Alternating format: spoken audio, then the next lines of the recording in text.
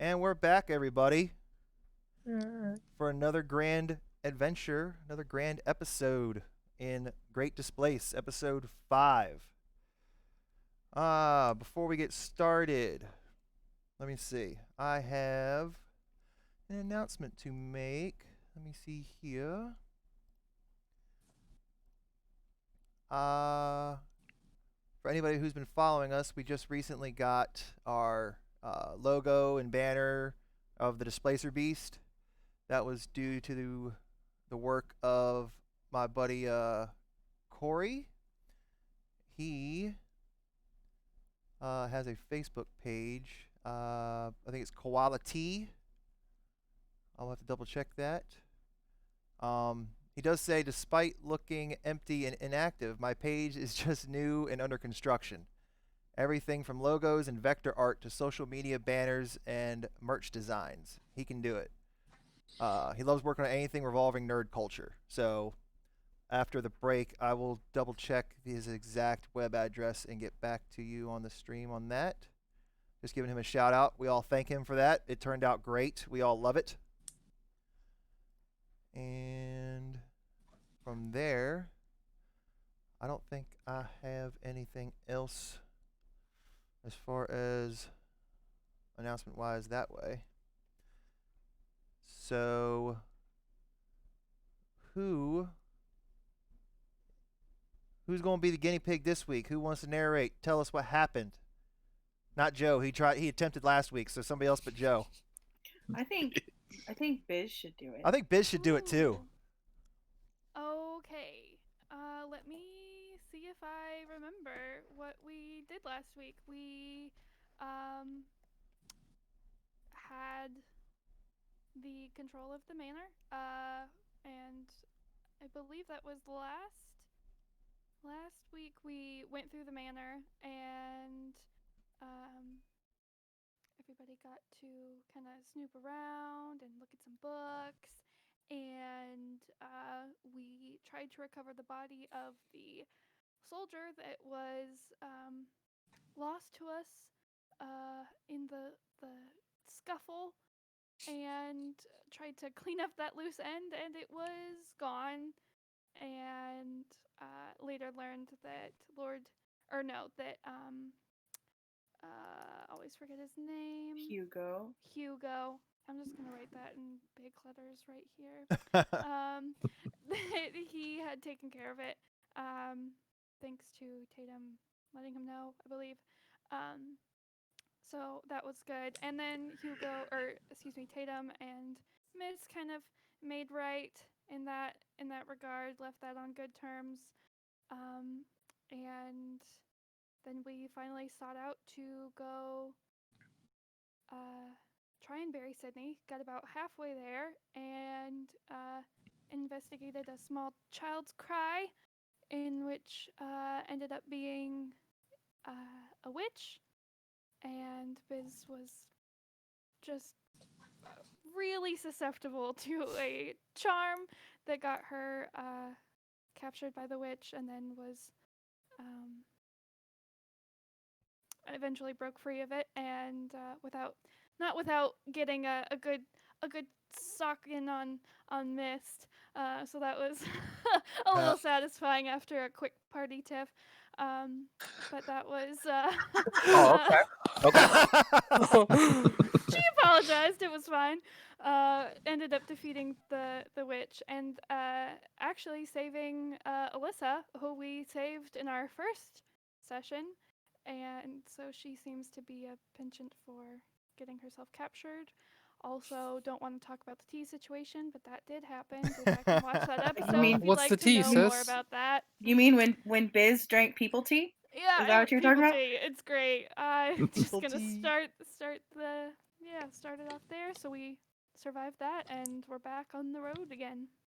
On the road again. If there's anything I left out, I guess I don't I remember it. Think. We got paid. I think We did get paid. y'all I got. do have that written down. There was some money involved, that's for sure. That was very, very good on your part, Biz. You can have a point of inspiration if you don't already have it. Thank you. What is that? How much is that? 1d10 or 1d6? No, It's advantage on a roll. Okay. It just gives you advantage on a roll. It's not like bards. Bards give those extra dice. Damn. Okay, that's fine. Advantage is good. Take it. Let's see. I think, other than that, we can get started. As the party had finished defeating the Witch of the Wood, Dinray, Mist went on ahead just to make sure Sydney's body and the guard were okay in the cart, heading towards y'all's destination of the shrine of the Knights of Broomshire, of past Knights of Broomshire. And so he got there, no issues. You guys soon followed suit, and now everybody has now arrived once again together at the cart, and you guys can take it away. Well, I think we have some business to do. Shall we keep on trekking? Sounds good to me. Let's go. Alrighty. Good deal. So, you guys start making your way towards the left path now, as you are darn near the fork in the road. Left going towards the shrine. As you make your way towards the shrine, memories come back to you guys, as this was your first adventure technically together, of us playing together, so good times. You guys recall the combat that ensued, the different things that you all did, what parts you all did to help each other out. Anybody remember what you guys fought in here in the woods? Kobolds. All right. Just wanted to see if anybody was paying attention. You guys remember the kobolds and that took over the little shrine area? And as you guys just reminisce with each other, you guys eventually get to... Are you trying to say something, Aaron? No, I accidentally kicked my dog, and so he was very upset with me. Oh, poor pup. So I was telling him I was sorry. Oh, it happens. So you guys arrive at the crest of the wood, where the shrine is in the middle of the field. As you now see that, the guard woes the horses, and you guys can take it from there. Biz will start kind of gathering the things and like to go dig a grave, and we'll go kind of out into the field and kind of try and find a nice spot. Aaron, you want to come help me maybe find a little spot with some flowers or something? Yes. I'm going to take my flowers that I picked with me. I'll grab a shovel and follow them to help dig. Sounds good. Well, you all knew Sydney a little bit better than I did. I don't quite feel comfortable partaking, so I'll just take a walk and make sure everything's copacetic around the perimeter. So you're gonna do a little scouting expedition just to make sure you guys aren't sprung upon? Yeah, while they're handling the funerary rites, give me a I'll just... perception check. See if you see anything. Give me perception. First roll of the night. See how it goes. Check for bears. Check for bears. Bear check. Meh. Roll a bear check. That's a 10. 10. I see nothing. There are bears. Actually, you do see Out there. you actually do see a few things. You see a rustling in the bushes Mm-hmm. about 15 feet from you. And you stop and you look. It's a squirrel. Damn. Who knows? It could have been a rabbit squirrel or a were squirrel. Even worse, a were squirrel. Oh. But either way, just a squirrel. That's all you really see. I'll just keep walking, give them time to do their thing, and Sounds leave good. them be for a bit. Sounds good. All right, good deal on that. Mist, what are you doing? As they've all gone to grab shovels. Mist is staying with the body. He's Okay. gonna see this through. So he's the one who wanted her buried. Yep. He's the one who wanted her to be taken care of. You are And alone with her right now, but the guard is kind of just tending to the horses just to make sure they're okay, checking their hooves. So you're technically alone with her right now. So it's just you and her, just you and her body. Yeah, he's just sitting there. Like Mist is kind of looking left and right, kind of keeping an eye on things, but he is just sitting there very solemn. The events of not only the fight, but what had happened earlier in the day, they are at the very forefront of his mind right now. Right, that makes sense. That makes sense. That's a lot to take in for anybody. Okay, good to know. Biz is gonna kind of consult Aaron on like a nice spot around the side. Do you think this is a good spot? Should we do here or maybe on the other side? If you guys both want to give me perception checks, we'll see how good of a spot you guys find. Ooh. What's my proficiency? That's a 10 with advantage. Okay. 18. Oh, okay, Biz, you I'm remember- close to the ground. right, you're close to the ground, so that has something to do with it. So you start to walk towards the front entrance of this, just again reminiscing just a little bit on the adventure you guys previously had here. And you're like, I wonder what's around the back side of this. So you walk around, and you notice that there are many, many flowers on the other side of this hill. It crests out. There's roses and lilies and just a plethora of just all kinds of just different flora that you think people from the past may have planted here to like pay homage, pay respect, something beautiful for beautiful people that have done courageous things. So you feel maybe this not necessarily is consecrated land, but it could have been. Who knows? A priest or two probably could have been here before to technically consecrate the ground. So you feel this is as good a spot as any. Okay, I'm just gonna kind of find a nice area, maybe not like quite in the center, but like Right. you know, a good spot around Near the flowers. Yep, and I'm just gonna go ahead at it with conviction. Okay, good And deal. I'll follow suit digging once I see that they found a spot. Good deal. So you three are on the digging team. Mist is with Sydney, and Carrick is still on patrol. Sounds good. Okay, let's go with about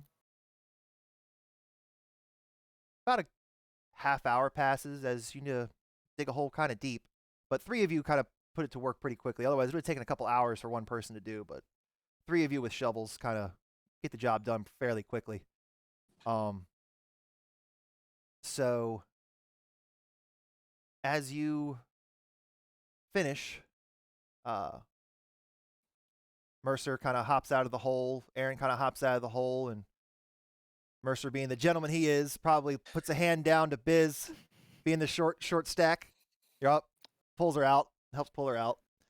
The hole is finished. Carrick has probably made a couple laps. He hasn't seen anything out of the ordinary.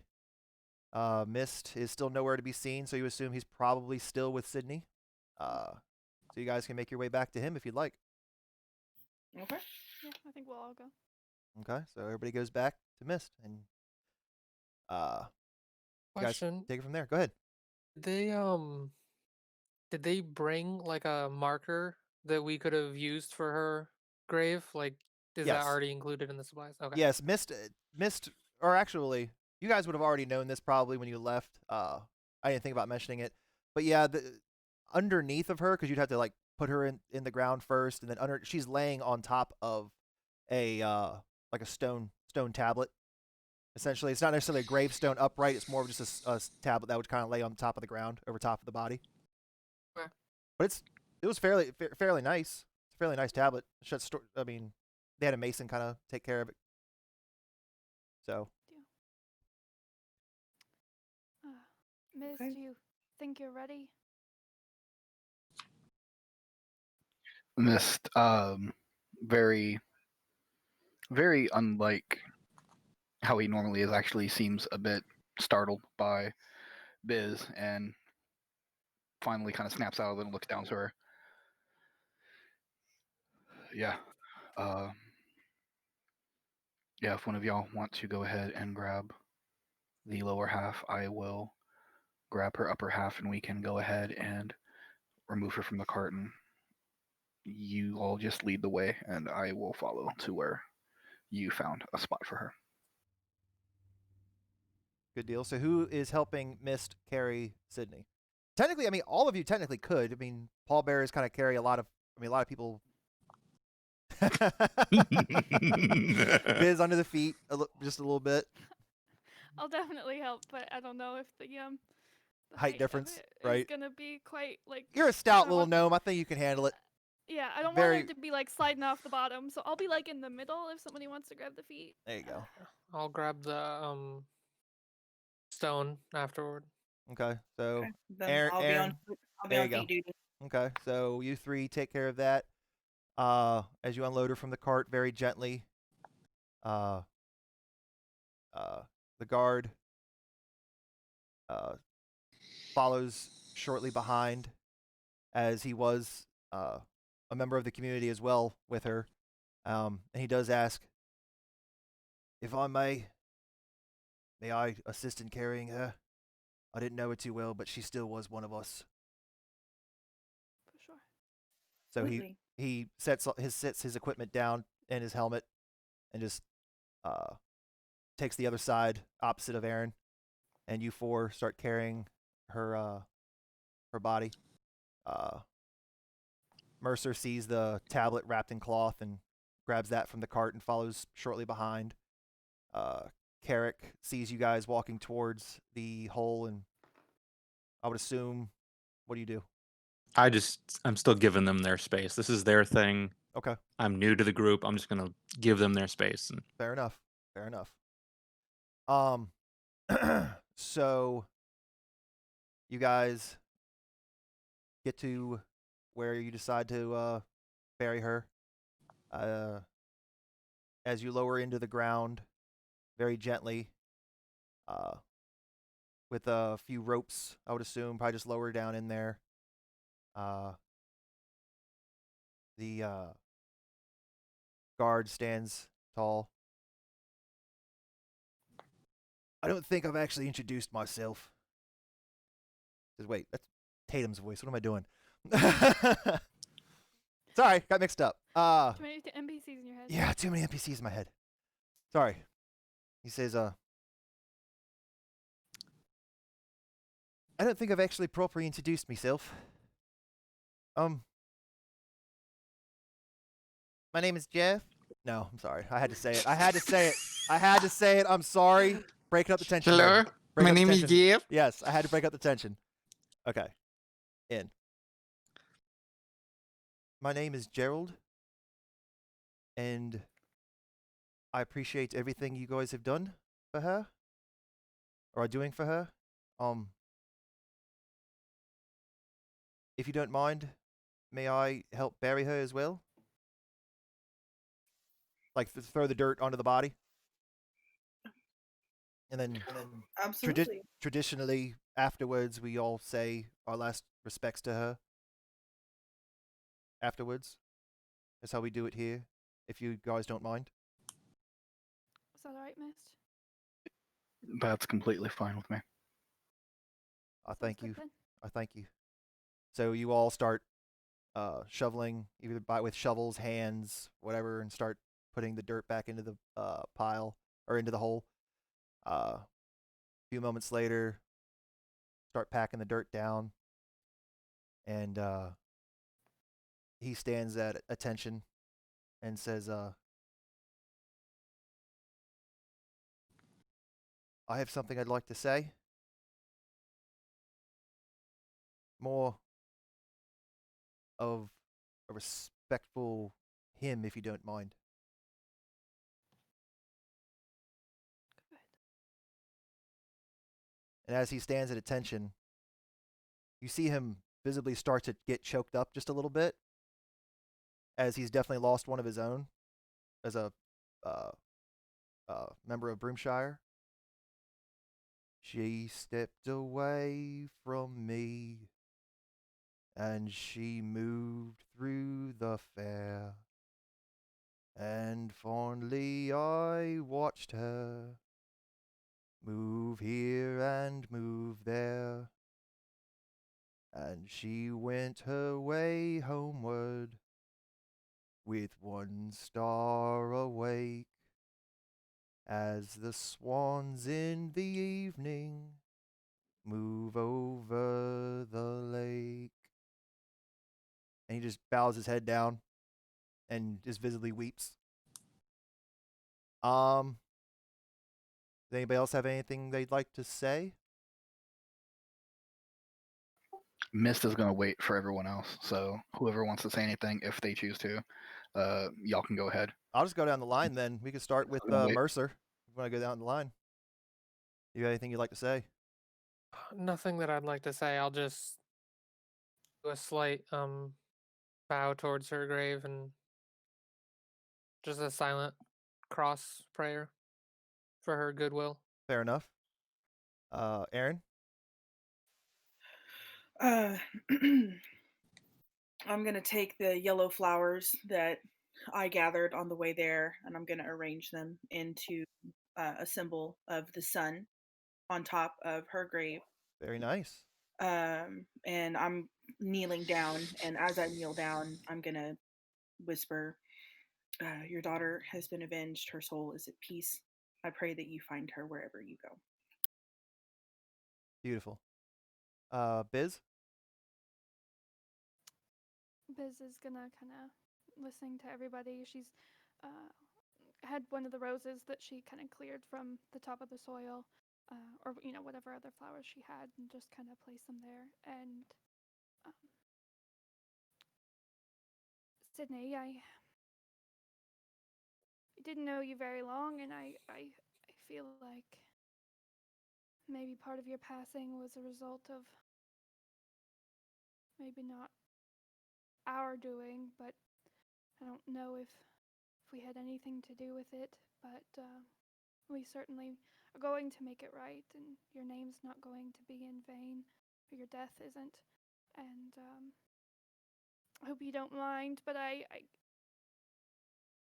I'm going to wear your daughter's armor and honor her in battle, and hopefully in keeping it with me, take you and her on some adventures, and it'll get some use and be loved like you were, and we'll remember you, and thank you for being the kind soul that you were. Rest in peace. Beautiful. Mist? Well, his computer has restarted, so I'm gonna give him my headphones, and he's gonna speak whatever. Sounds good. Sounds good. I love it. Improvise.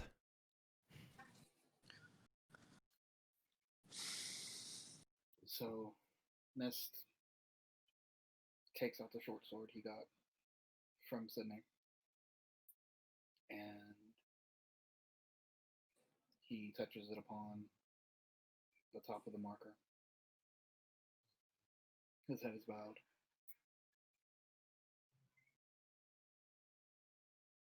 She lived her life like the sun. She knew her place in the world and shone bright. Not a storm, not creeping darkness would ever keep that light from ever shining through. It is in her name that I will take this blade. It is in this blade that I will seek vengeance for those that wronged her and took her from us too soon. and he will take a bit of the dirt on top of her grave, and he will sort of coat it as if someone were taking silver to it, and with no looking around, he will turn away from the group, and his free hand will come up and he will wipe away a couple of tears that have been done to form at the bridge of his nose with his mask before he turns to face the rest of the group and the guard that came with, putting his sword back in. Mist will look at each one in the eye, giving a nod respectfully to each.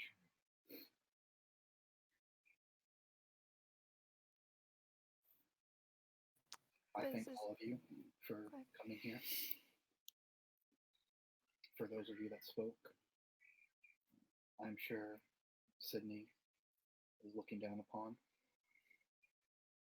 and finding some sort of peace. For those that didn't, your actions speak nonetheless.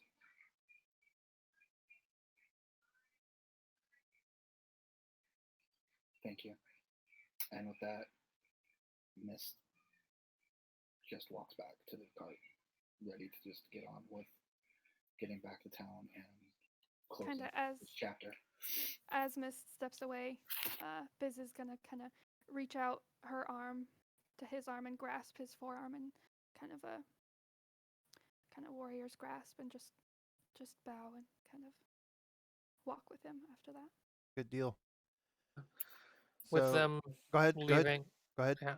Go ahead. As he starts to walk away, I'll cast Prestidigitation on the grave just to make sure everything looks nice and neat before we leave. Beautiful. That's beautiful. Okay, so as Mist arises and says his piece, and Biz grabs his arm momentarily, halting Mist's progression towards the cart. You see Mercer stand and cast a spell to wipe away any excess dirt and clean up the area to make it look brand new, as if it's never been touched. And as you all start to walk away, you guys all start to feel in unison something. It halts everybody in their tracks. You all feel this presence as your backs are turned towards the grave. And as you all turn around to look, as something is like pulling at you to turn, you all turn to see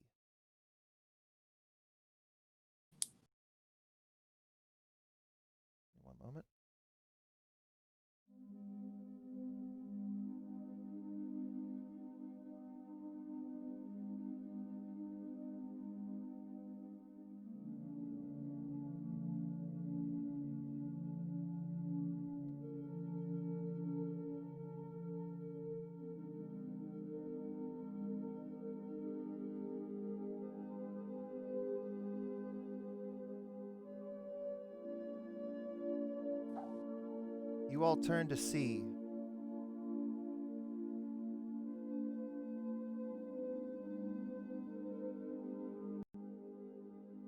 You all turn to see an image, two images now, one short, one a bit taller, as you see the auras of what looks like Sydney and a young girl standing next to her. And let's see here.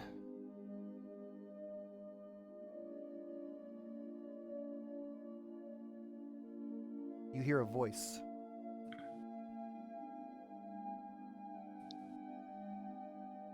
Thank you. Thank you all so much for reuniting me and my daughter.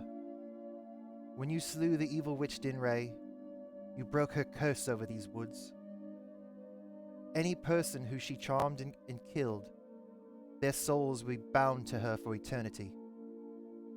With her death came a release of spirits, free from her evil clutches. Now that the curse has been lifted, my little Jezzy and I can finally pass on together. And she looks to the party and looks at Biz. Miss Bizray,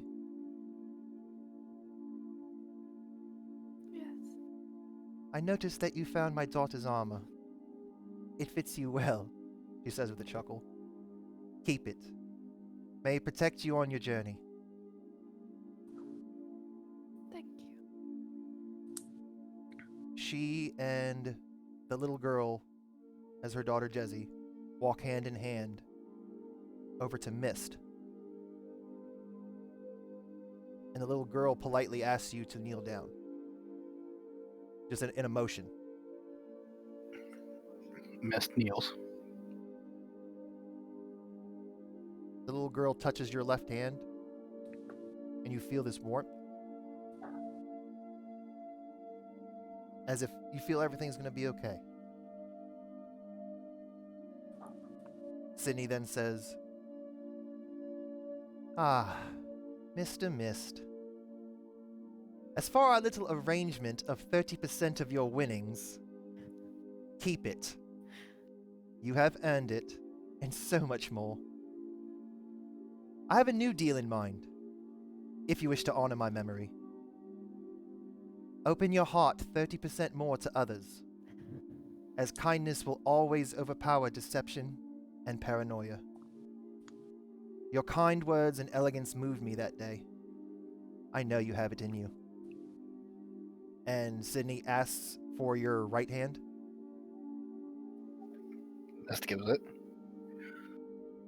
She places your palm on her left palm and sets her right hand, or other way around, sorry, her right hand, and she sets her left palm on top of your hand.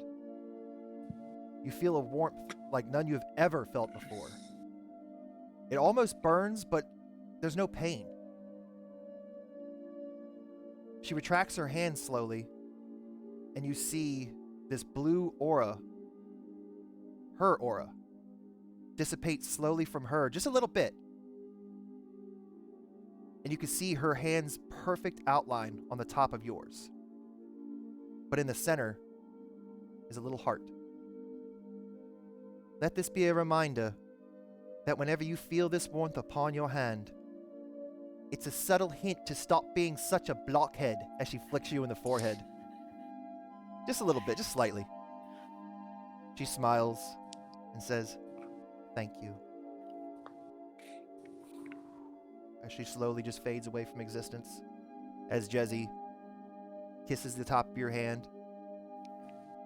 "Thank you." And just dissipates.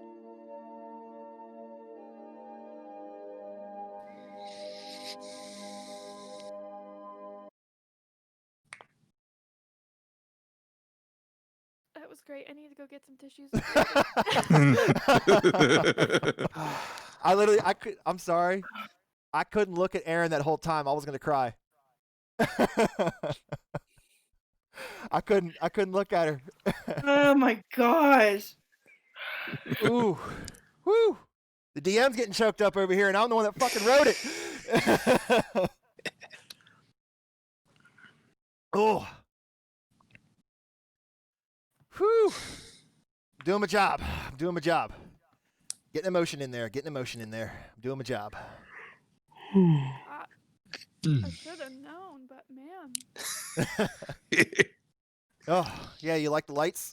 I thought that was pretty slick. Oh, That the was music got neat. me. The music got me. Yep. I couldn't after that. Oh man. Yep. So with that, the aura dissipates, lights return to normal. Mist is still kneeling on the ground. What are you doing at this point, Mist? Sobbing. Mist Mutters to himself that he's really tired of people flicking him in the fucking head in the ear. Like that trope needs to end. Mist looks at his hand and sees the heart that's there.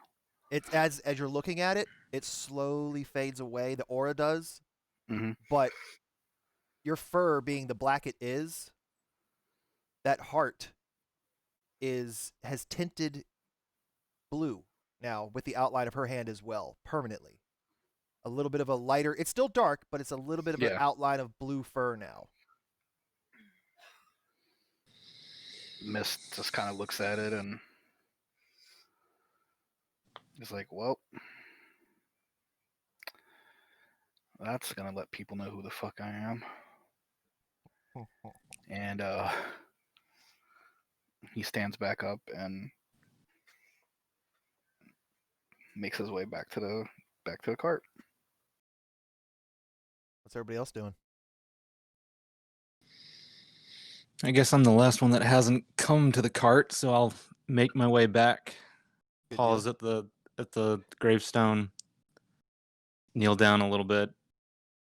Pull out my staff and remove the dolphin from the top, and just lay it down and walk back to the cart. Nice. Beautiful. Anybody else doing anything in particular on their way back to the cart? Yeah, No. Biz, who was normally either like full of jokes or just kind of being strong and wanting to swing swords and things, is really having a hard time keeping composure. So Right. she's gonna be like wiping her face a lot, not really trying to hide it, but like looks like she probably needs a minute. So she's gonna kind of walk over there, but kind of be withdrawn. I gotcha. So, as you guys get back to the cart, Gerald didn't notice anything. He just saw Miss kneel down, and Sydney's presence was not made aware to him at all. It was just you four. And he just looks to the group. I appreciate everything you've done, but if you don't mind, I'd like to be on our way. Not that I'm trying to rush anyone, but it will be dark in a few hours, and I'd like to be back at town.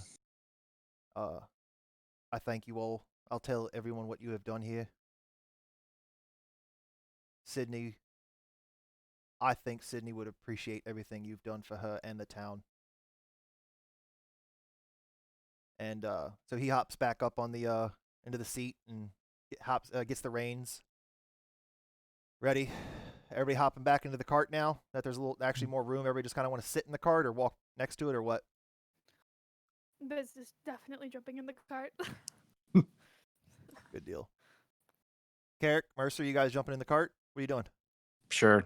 Yeah. Everybody's hopping in the cart, going for a hayride. All right.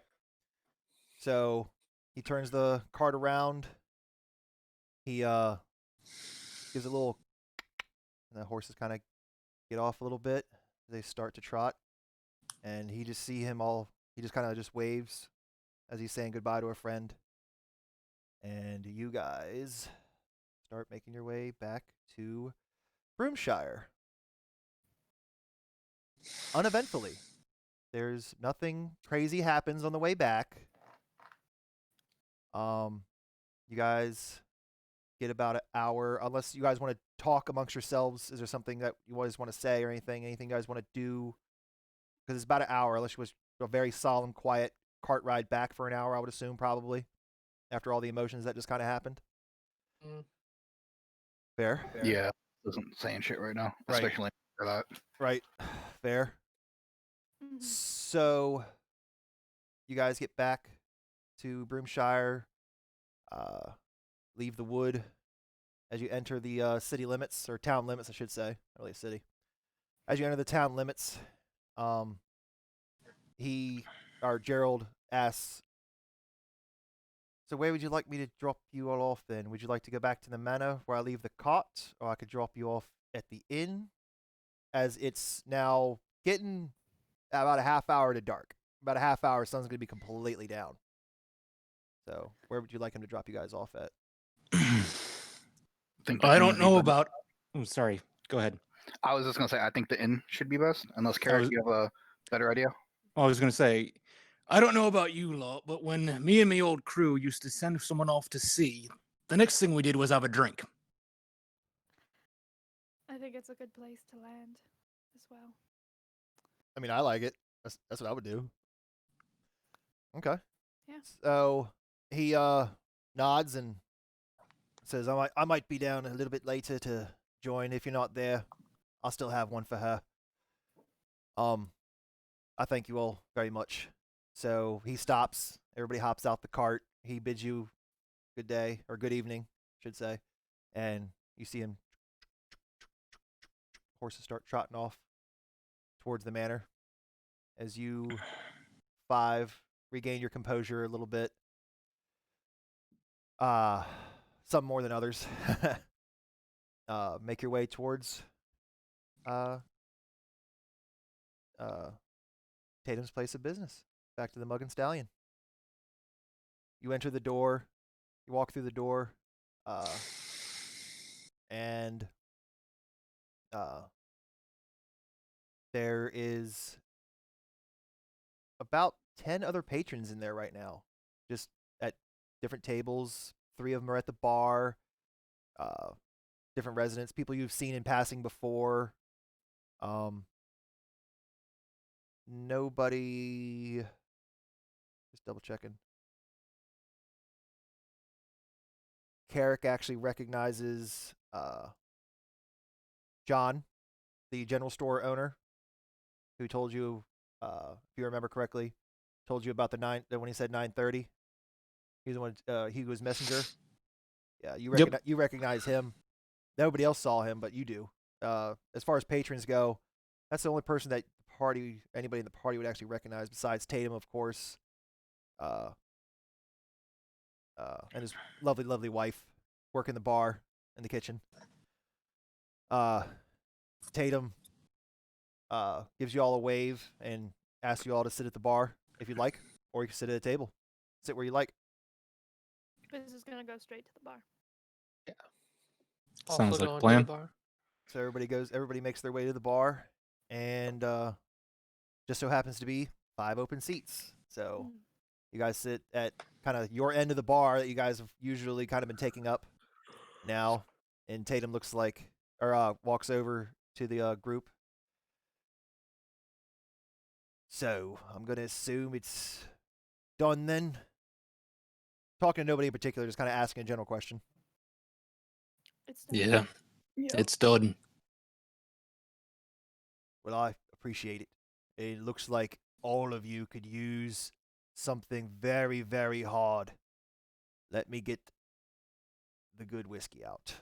So he goes in the back and brings out shot glasses and the whole bottle and just uncorks it, pours you all a rail of just shots, or a flight of shots, and hands you all one, and he grabs one himself as he raises it up in the air and says, I don't have a shot glass with me, but I got a mug.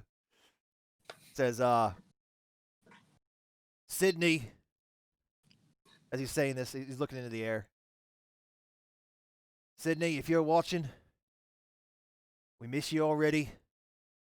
We all love you in our own unique ways. You were taken from us way too soon. This one's for you, love. And tap the bar, takes the shot. For Sydney.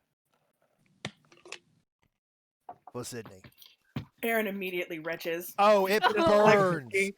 It burns just for a half second, but then it becomes so smooth like maple syrup. I mean, it doesn't burn anymore. It actually, not even maple syrup, just a syrupy kind of flavor like going down the back of your throat.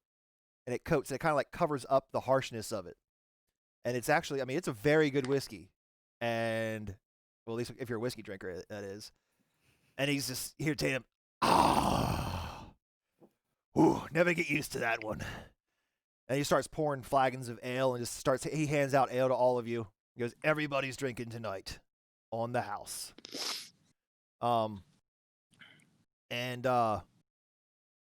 So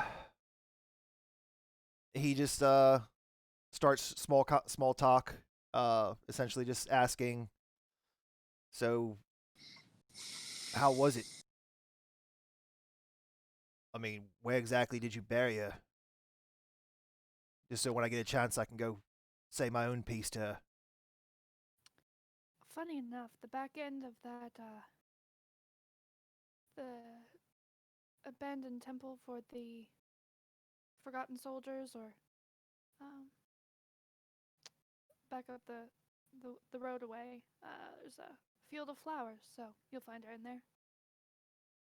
Oh, that's a very specific spot. Thank you. I'll let everyone else know. I'm sure it was beautiful. She loved her flowers, as we all do. Bit of a dirt town. Flowers is the only thing that really keeps this place smelling somewhat unique.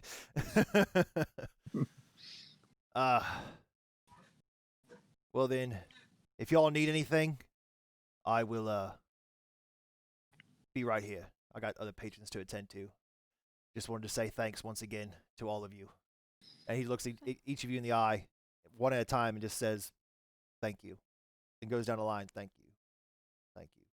And just moves on. You five are just left to your own devices, sitting there with a big bottle of whiskey and a big tankard of ale. Many tankards of ale, I should say.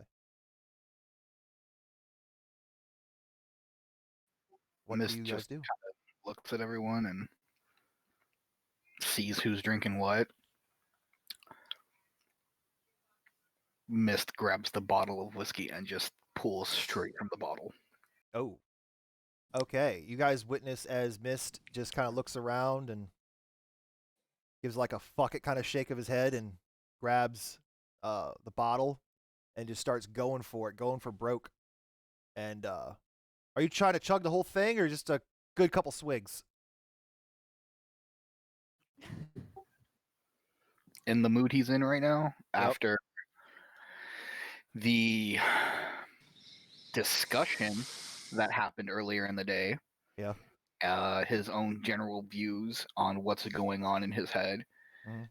burying Sydney, the fight with the witch, and then what transpired after. Nah, fuck it, dude. He's trying to kill the bottle. He's going for broke. All right, I need you to make a Constitution saving throw for me. This is some strong shit.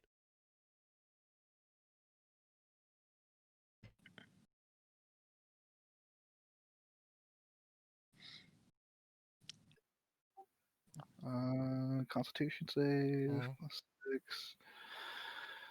18. Oh, actually not bad. Okay. So, you retch for a moment as you take the bottle away, like, the others kind of look at you, and you're like, hold the other hand up, like, I'm all right. And you go back to just keep finishing the bottle, and you set it back down like a freaking champ. That actually was gonna be a DC 18. You met it like right there, buddy. You had it. That was. I was like, this is gonna be a strong Constitution check. Good job, Constitution. That's it. So you set it down. 8? Well, no, 18 total is what he got. So that's what he needed to get. Oh. Otherwise, there was going to be a mess. So he,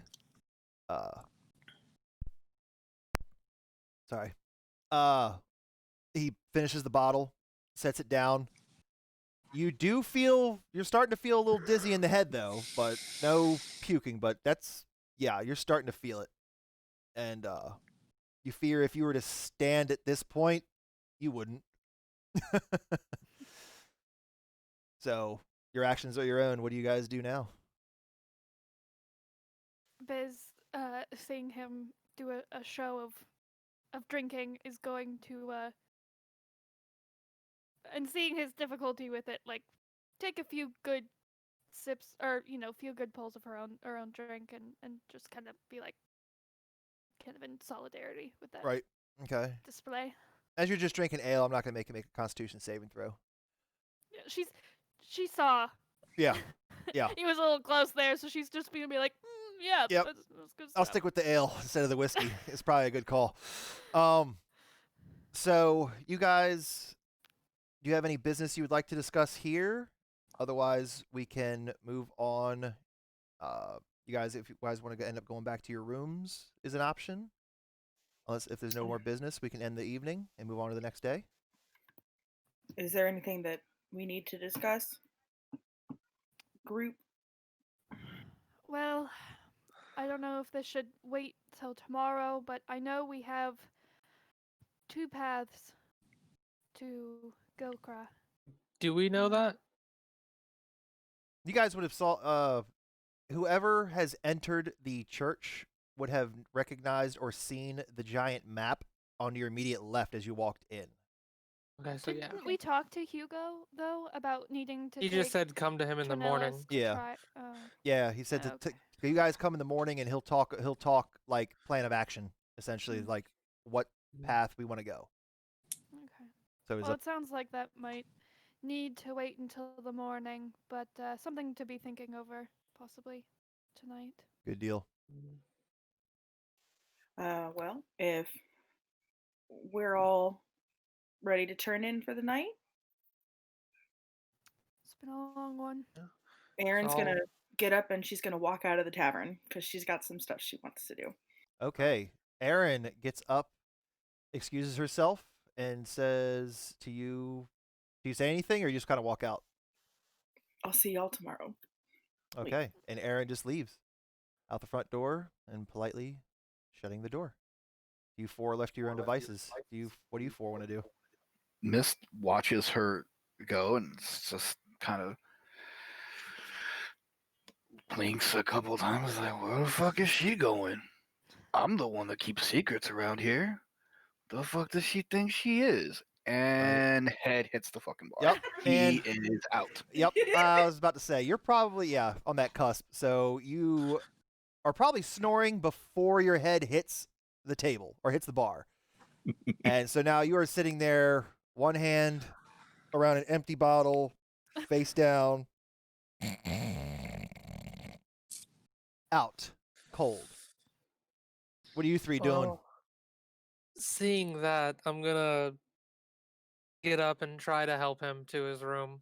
That's easy enough. Okay, so Yeah, I'm I'm not going doing to anything laugh fancy. I'm just heartily. laying him on his bed. you said you're gonna laugh. Yeah. Biz is like, That's great.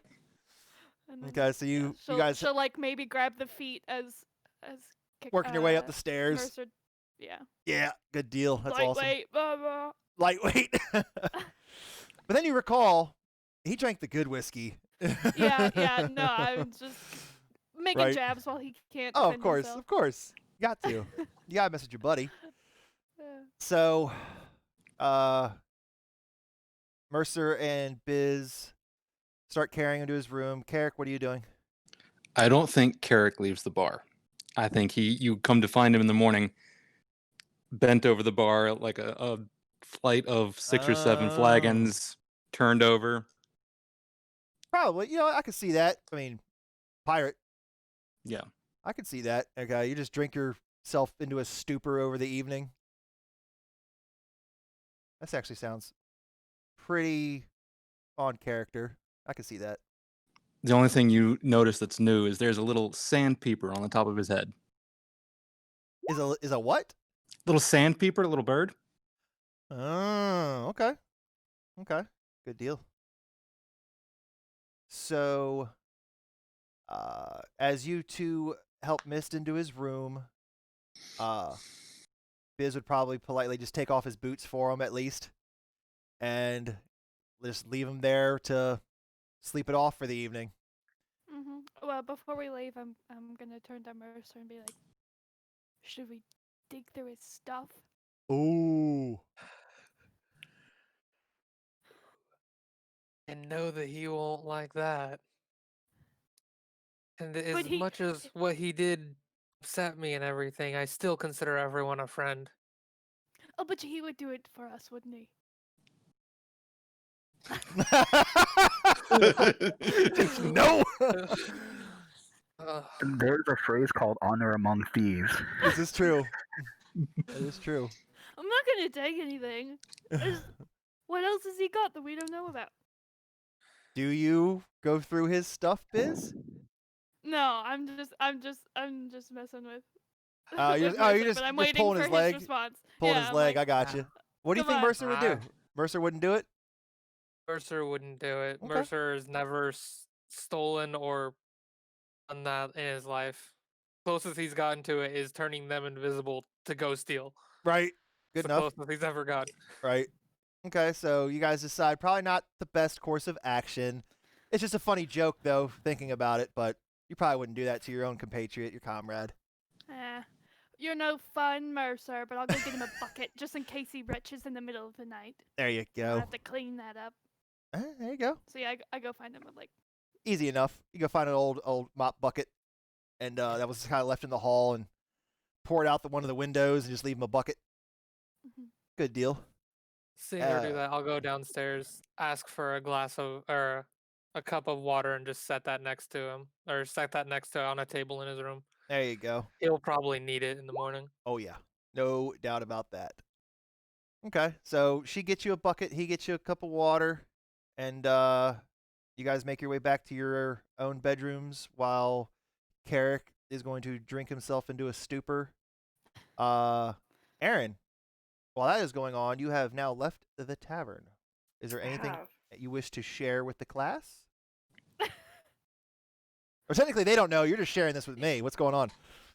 Okay, so Erin still needs to do her evening prayers to Shantia. And she wants to leave a gift for the town to help them kind of bring some more color back to their lives, because she heard Tatum say that this was a dirt and brown town and they really like flowers. So, and you recall that they a lot of people do have wreaths of flowers and stuff outside of their homes. As none of the roads here are really paved, it's dirt. So when it rains here, everything comes muddy very quickly.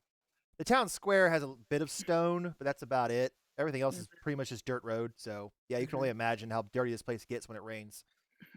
So I found a prayer for Shantia, and I don't know who it belongs to, so I can't give them credit. But if I was more gifted, I would write my own prayer, and maybe that'll be something that I try later. But I found this prayer. So before she starts beautifying the town, Erin's going to say, Shantia, I believe that the seeds of prayer I plant today will yield a harvest of blessings in my life, my heart, my spirit, and mind. Blessed are the fruits of the earth, and blessed is your name, Great Mother. Amen. And she's going to go outside of every building that she can reach within the next. What time is it? It's definitely past dark now. If you had to guess, it's after. Shoot, you guys were in the bar for a while. It's definitely after 10. It's got to be close to 10 o'clock. Yeah, it's pushing it. Okay, so she wants to get to every house that she can within the 2-hour mark, because she wants to be back at the tavern by midnight. And she has... Or Aaron turns into a pumpkin. Right, Aaron does turn into a pumpkin. No, she has other business that she needs to attend to, so she wants to make sure she gets back. But I have some rose petals that I collected from the festival. You did. That Shantia sent when I asked her for her blessing for mist. And she's going to take a fragment of her rose petals, and until they all run out, and get about as many buildings as she can, and she's going to plant a piece of a rose petal in front of every building that she can find. Good deal. Okay. No rolling, no checks involved. That's just a timely effort. I'd say you in 2 hours you could probably hit. Are you just like digging up with your hand, putting a pedal in there, and just covering it up and just moving on? Or are you saying any words every Yep. time you plant it? Or is it just plant, move, plant, move? I can say the prayer that I said every time Okay. I plant I'd it. say if you pray upon every rose petal, I would say you could probably hit close to half, maybe 2/3 of the town. So that's a good chunk in 2 Okay. hours. You could, yeah, it's definitely doable. Okay. As that Then was, I it's wanna not a super long prayer, so that No. works out. Okay. I want to make sure I plant in front of Sydney's house for sure. Oh yes, no doubt. That'd probably be pretty close to the beginning of your journey on that. So for the next 2 hours ish, you feel it's probably about midnight or so, and you start making your way back to the tavern. What else would you like to do? Is there anything you want to do before you enter? Nope. I want to enter the tavern and I want to go up to Mist's room. Okay, so you make your way up into Mist's room. Um, as they didn't lock the door, you just open the door up, and you see Mist just out cold. You can actually probably hear his snoring about 10 feet away from the door. He is out. And you see a glass of water and a bucket sitting next to the bed.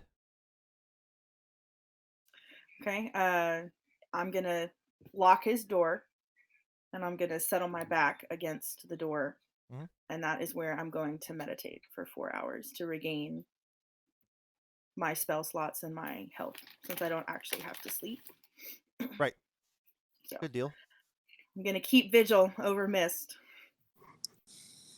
Sounds good. And that's where you're going to spend the rest of your evening? Okay. Good deal. Yes, sir. All right. As the evening progresses, Carrick puts himself into a stupor. As you probably noticed him as you were walking in, he didn't notice you as he was probably 2 hours in. He was probably already pretty passed out, almost. He was probably up, had a couple more drinks. Let's say we're on the last Yeah. flagon. Yep. You were probably on your last before your body just gives out and is like, yep, it's sleepy time. And it's about 6 o'clock in the morning now. Erin notices out the window she's starting to see the black sky turn into pinks and oranges as you slowly can see the sun. Well, not the sun itself, but you can see the light starting to come in. So you know morning is upon you. Okay. Alarm clock, Erin, essentially. Alarm clock, Aaron. I'm just wondering if anybody Yeah. if anybody remembers when Hugo told you to meet up.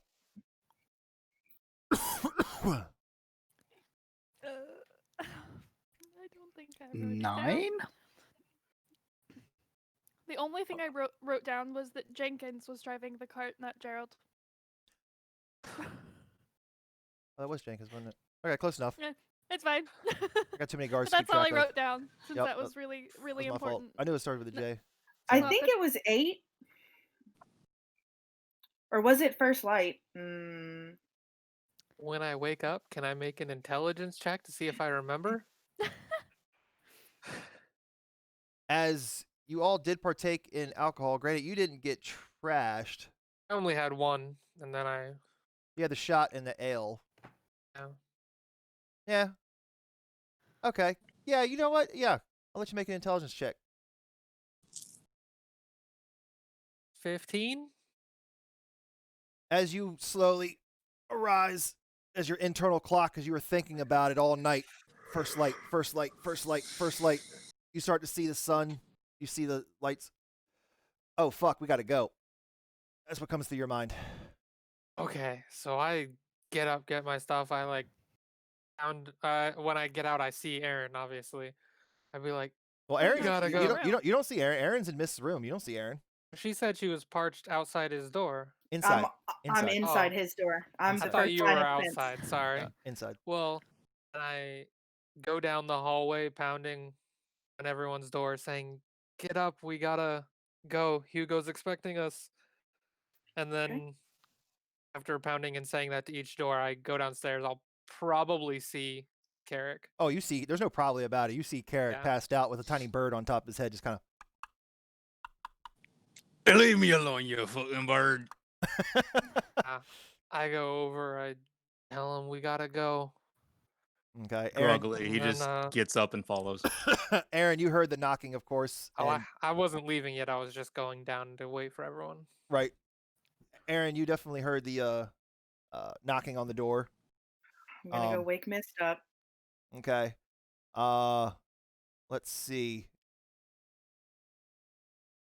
Can I wake him up by tickling the fur on the inside of his ear? Oh, Can I just like both ears, just like on the inside, so they start twitching? Since he was so inebriated, Mist, give me a Constitution saving throw again. oh no, is he just gonna retch as soon as you wake him up? Splash shield. I hope not. That's what the bucket was for, but instead it's Aaron. 17. 17. So you groggily, very hazily eyed, can't see, can't focus very well, start to open your eyes as you feel what you think is a bug in your ears. Are you doing it to one ear or both ears? Both ears. Oh, you think there's a bug or something in your ears, but you're still kind of inebriated, but you kind of try and bat them away, and you're missing. So it looks like you're just kind of like fanning yourself at this point. It's like, go away! And you slowly come to consciousness and see Aaron with both fists just buried into your ears, just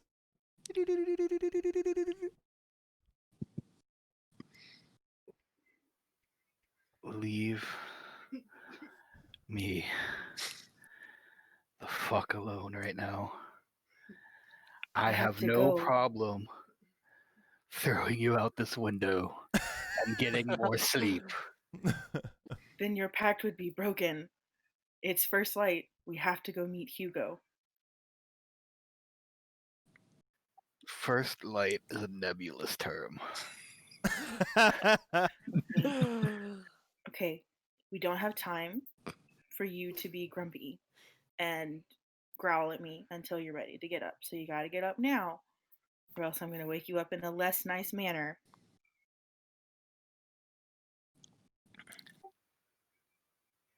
Hold on. I would- Make a intimidation check, Aaron.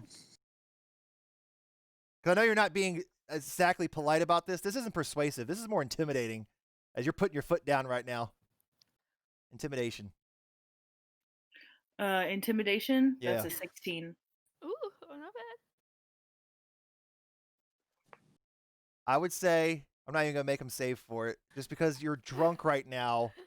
You're kind of you're a little irritated, but you're kind of get where she's coming from, so you're kind of a little more agreeable for this moment in time. You're a little more agreeable. You can thank whatever fine purveyor of whiskey I drank last night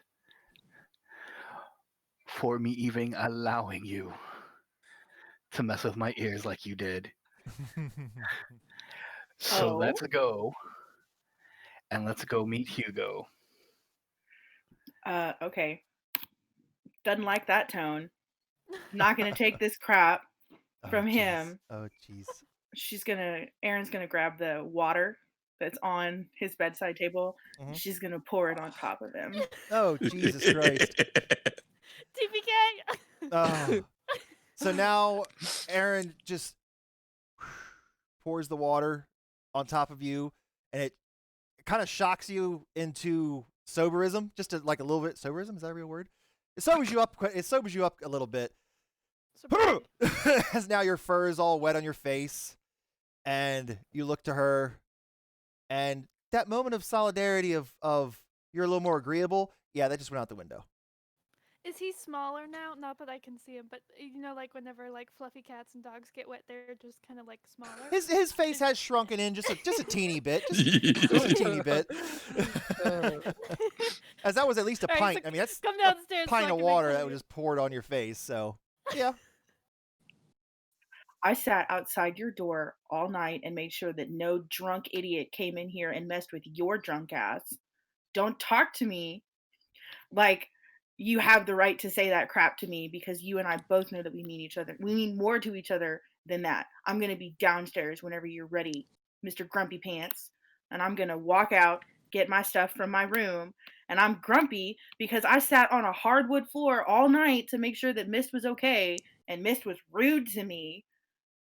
So I'm going to get my stuff and I'm going to go down and wait with Mercer and Carrick. Biz would have gone down by this moment, and like seeing Erin come in, she's gonna be like, Erin, do you have like some flowers, like some tea that can make my eyes go and like my brain go? You got anything for that? Best like, my description head. ever. Best description ever. Make my eyes and my brains go. Very, very good. Anything for this? So he just watches Aaron leave, and then knowing it's the morning, he will lay on his bed, face down. Before doing so, like he'll look to his right hand, and he'll see like the outline that's there. Right. It's very subtle. As Yeah, I just want to give you a heads up. It's subtle, not like yeah, yeah. It's enough to where like he can see it and he knows it's there. Yes. But so like he knows it's there. Okay. And he looks at it, and everything just comes in a very drunken state, still like over just being hungover. Right. Comes flooding back into his head. Mhm. So as he prays to Lara, it's actually a bit more of an angry prayer. Okay. Still asking for guidance, still asking for help in subterfuge and keeping him unseen. But it is not the nicest or calmest of prayers that he has done since the party has been together and since he has been with Aaron. Fair enough. And after doing so, he will just kind of shake his head to kind of dry off. He will find his boots wherever Biz kindly put them. Or probably on the other side of your bed. He will lace them up, make sure he has everything. Money, whatever's tucked away, rubies tucked away, and he makes his way down. You guys see Mist. Not in a drunken stupor, but just a little weak in the knees. Just a teeny bit. Walking slowly but steadily down the stairs, holding onto the banister, probably a little harder than he probably needs to, but just to be on the safe side. Carrick sees a similar state and gives a nod of recognition. Kind of raises whatever glass he's working on. There's nothing in it. It's empty. Mist nod back to Carrick, and he will just make his way to go stand by the door, waiting for everyone else to do what they're going to do so they can leave. I'll immediately start heading to the door since he is, because we need to go. Good deal. So everybody kind of gathers up. Is Tatum in the bar? You don't see Tatum right now at this point. The only people that are down in the bar are you and probably two other drunk patrons looking the same way Carrick, minus the bird. So he may be in the back. If you're trying to look for him, you can definitely look for him if you'd like. If that's what you're going for. I just wanted to say thank you. Okay. No, you don't see him at this point. So you guys make your way out the bar and start making your way towards the manor. Is there anything you guys would like to do, or do you just want to head straight to the manor? Just Yeah. head straight there. Okay. For me. Yep. Fair, good enough deal. So you guys make your way to the manor, a little slower and groggier than normal pace. But you get there in probably about 12 to 13 minutes versus the normal, like, 10-minute walk. And as you arrive, you see Hugo standing outside, pacing slightly. Not that he's looks impatient, but just maybe just trying to kill time. And he sees you and gives you a wave to the waves to the group, and waves you on. And as you all approach, he says, "Hi. Well, some of you look a little worse for wear." And he's looking at Carrick and Mist right now. Says, "I do not blame you. I had a few drinks myself last night. Shall we be discussing our route to the capital?" Yes. Since I saw the church, so I've seen it. Right. Which way are we gonna? Are you thinking would be best? It's honestly, it's a crapshoot either way. You have two main paths there. The first path being through the Wadewick Forest to the west, heading through the Gilcra mountain range, and directly to Gilcra is the shortest path, but the mountains can be a bit dangerous. But luckily, there is a path going through the bottoms of the mountains in a valley, so there would be no, like, trekking upside mountains or anything of the sort. So we'll be traveling valley-wise. But, you know, creatures, mountains, usually go hand in hand. But you could also say the same of the wood.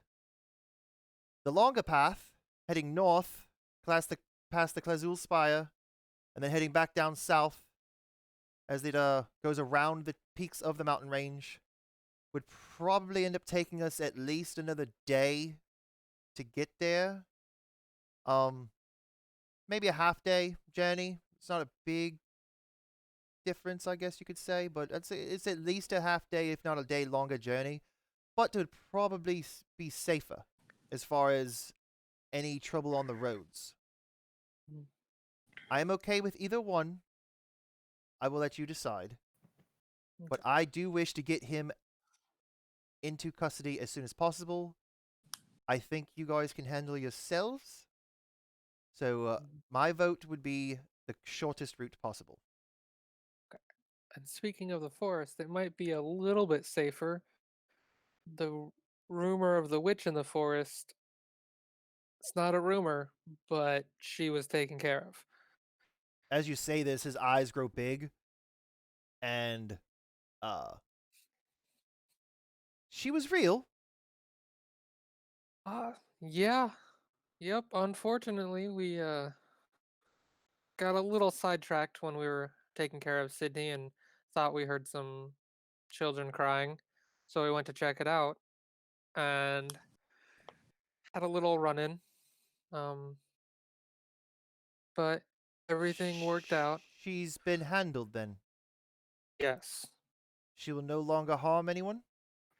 Nah, she's fucking dead, Hugo. She's done. Kaput. In the ground. Dusted. Not going to be harming anyone. And we set it on fire just Allegedly. to be safe. And she makes tea out of people.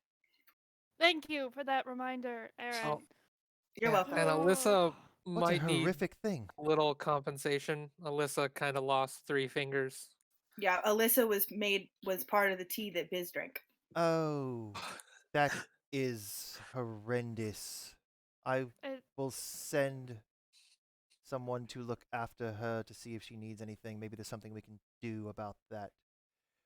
Okay. And I won't be having tea anytime soon. I expect not. I think I've lost the sense of tea myself. As he shakes his head. Tea's fine. You just gotta make Fine. sure it doesn't have people in it. I'll make sure to check every time. Very astute.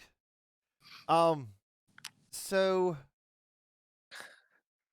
we can wow, that is a lot to take in. Sorry. So no, I'm glad you told me this. I will let a few of the guard know to spread the word that this witch has been taken care of.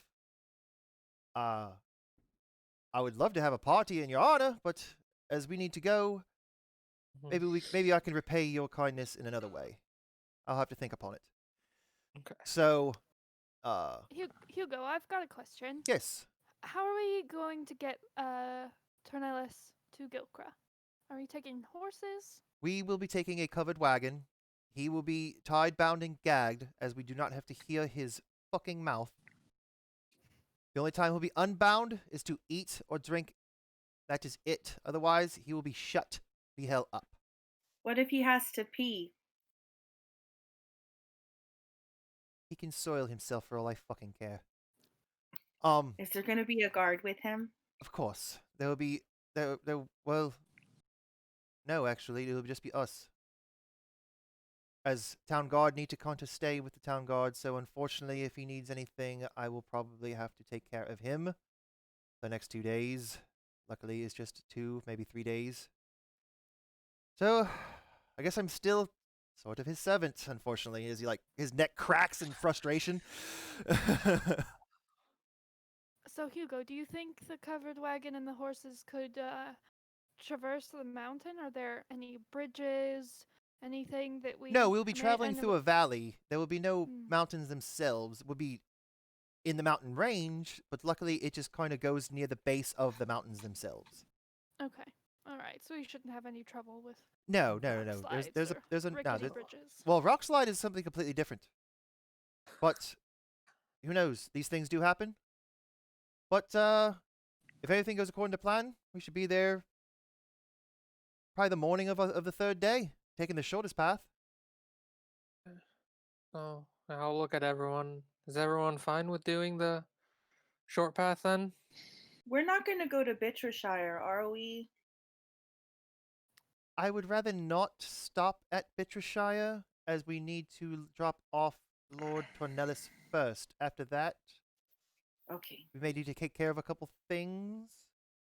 If you guys would mind helping me with that, as we need to escort him to the god. After that, you have free will to do whatever you wish if you'd like to go that route. To the mountains. Okay. So you see him give you a little bow and says, "I'll be right back." He goes into the house or into the manor. About 30 seconds pass. Door opens back up.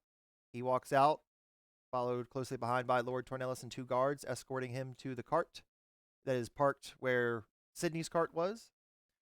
And you see him get helped and more like tossed into the back of said cart. And one kicks him in the rear to kind of shove him more in there. And you just hear a as he is now muffled. Or gagged, so comes through muffled. The 2 guards bow their heads to both of you, or to the party, and say, we wish you safe journeys. Take care. We appreciate everything you've done for us here. Really appreciate the witch. Hugo told us when we were in there. Really appreciate that.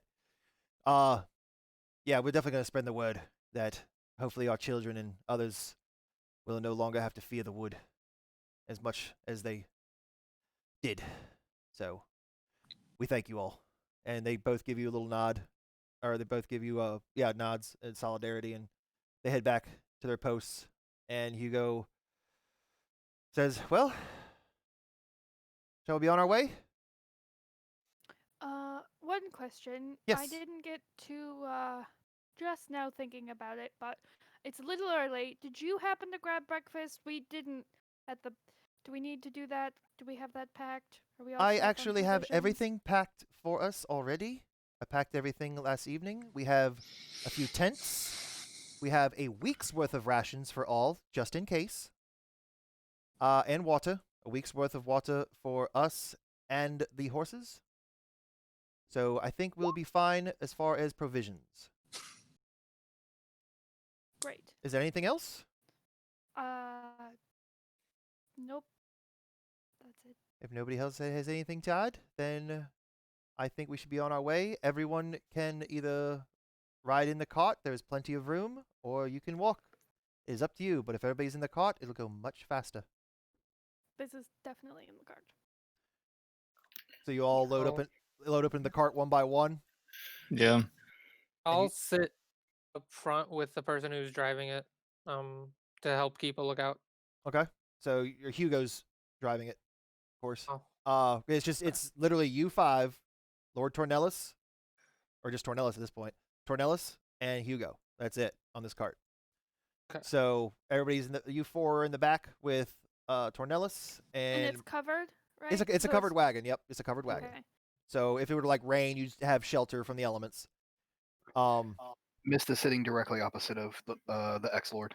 He's even went ahead and looked directly at Dane, and he's removed his mask and is just eyes directly on Dane, almost as if he's like mentally kind of being like, make a fucking move.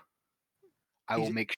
His whole expression is like, if you move, there won't be a trial. Right. Ooh, actually, right before Biz gets in the cart, can she give the horse a little loving? Sure. Make sure it's all good on the road. Sure. So you pet on the horses and check them out, and they seem very, very healthy draft horses, very big. Very big horse. Very big horses, especially to you. Oh yeah, very big horses. So, these two brown mares, kind of whinny and neigh a little bit, and one reaches down and kind of tries to nibble on your hair a little bit, and you give it a little pat, like, yeah, it's pretty sturdy, fine steeds here. I think we'll be fine. And you hop into the cart. As Mist has given Tornellus the freaking stink eye, Tornellus is just sitting there and just looking you in the eyes, Mist. And obviously he doesn't say anything, being gagged, but he just kind of slowly looks down and just shuts his eyes and just leans back and just like clump up against the back of the cart and just puts his head down. You see him just kind of relax a bit as he kind of knows what his end is probably going up coming to. And you guys start to feel the shake of the cart start to move as it starts to make its way around the manor so it can start going back out of town. And the cart stops about 5 minutes in, and Mercer, obviously you being outside, notice there are a lot of people in the town square. Lot of people. Probably the entire town is out there. None of you guys notice. You can sort of hear rustling and noises, but you guys don't see anything. But Mercer does.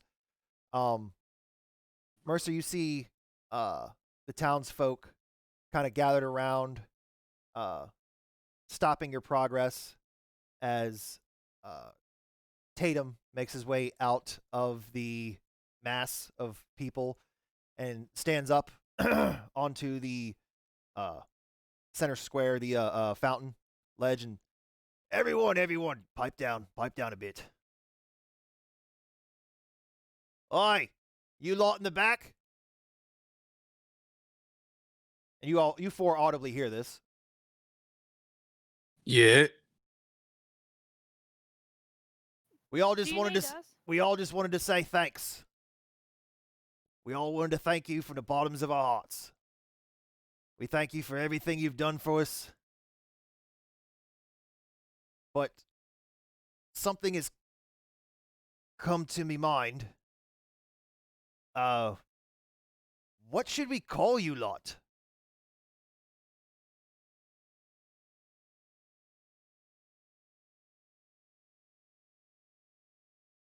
Oh, nope, can't hear you, Mercer. Can't hear Mercer. There you are. I'm looking for it. It's okay. Looking for the one that Mist said. Oh, I don't know if This is without saying my person is saying this. Are you guys fine with Order of Obsidian, or I like that one a lot. Yeah. No? Mm. I don't have anything, so I don't feel like I can be like, no, this is awful. Understood. I was ahead. about to ask our DM, didn't you have a couple of ideas that you were willing to share with us? Yep, but I'm gonna wait for you guys to ponder it just for a few moments, and then I'll say it. Just ponder it. You gotta think it over for yourselves for a minute. There was one that I came across. Not really sure how you feel about it, but there's the constellation of Aries has 5 distinct stars in it, which is he's a warrior. And one of the stars is Epsilon Arietis, and that's the 5th letter of the Greek alphabet. And so that was my cool name of That sounds pretty cool. the thing. I can write it in the chat so you can see it.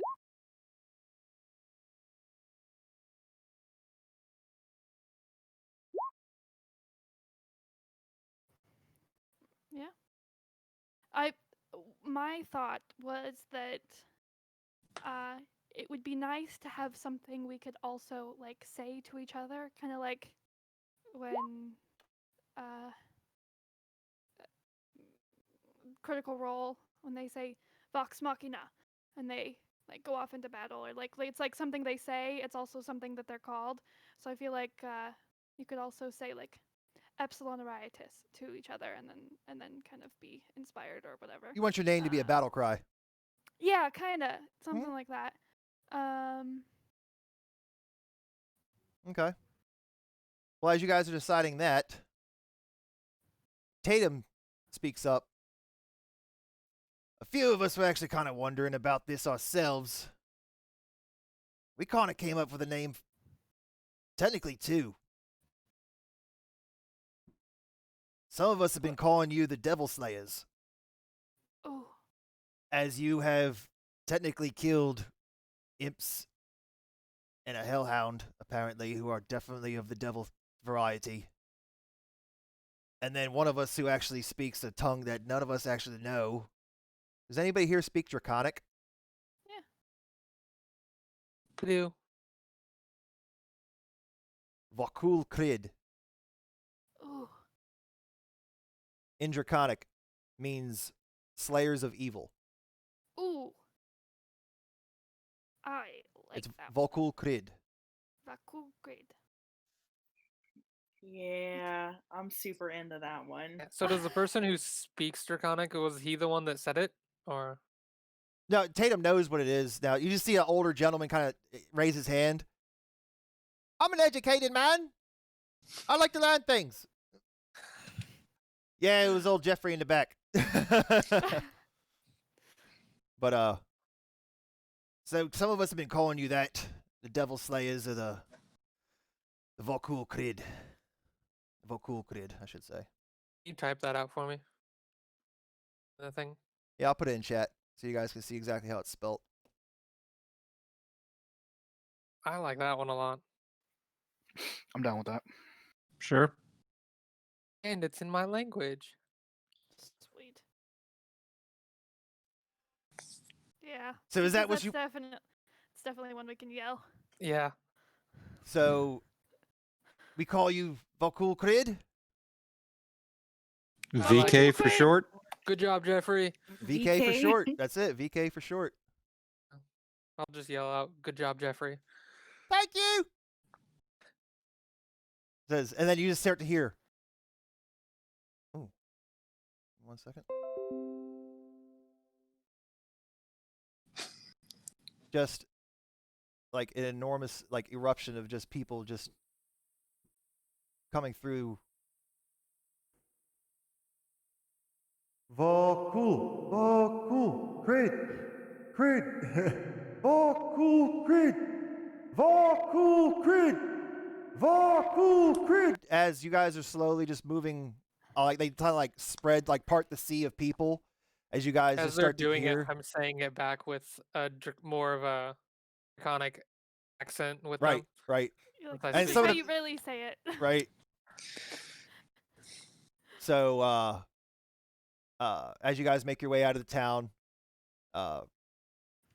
you guys at the back can now see the sea of people, and they're all just waving to you and cheering you goodbye, and you still hear the Vokul Kriid going off in the background, and Mercer, Hugo looks up to you and says, "I think that name's got a fucking ring to it. I gotta admit, it's a lot better than my fucking party name was."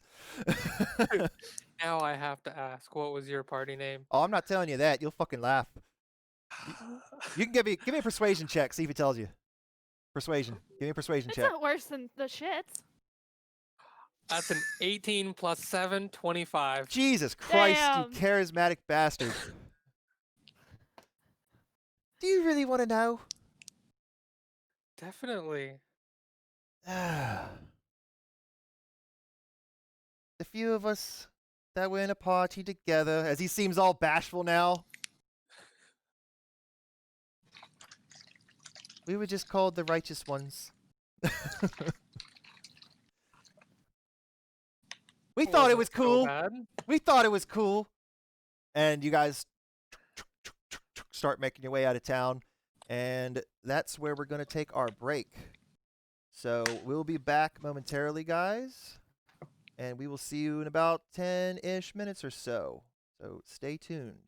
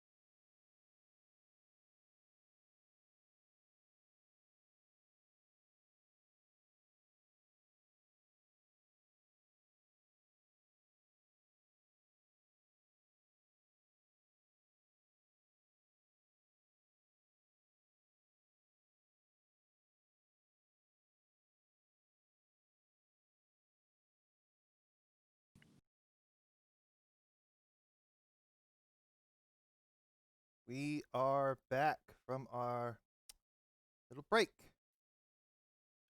Before we get back started, or get back into it, the Corey's website is Koala T Design on Facebook. Look him up if you want him to help you out with anything. The letter Very, T very or good. TEA? Yeah, Koala, Koala T-E-A, Design, D-E-S-I-G-N. Koala T Design. T as in like sipping tea. Koala Sippy T, Koala T Design. And that's how you can find him and his services. He's the one who helped us design our logo. So again, we thank him for that. Thank you, Corey. So, before we went on break, you guys finally have a party name. Hooray!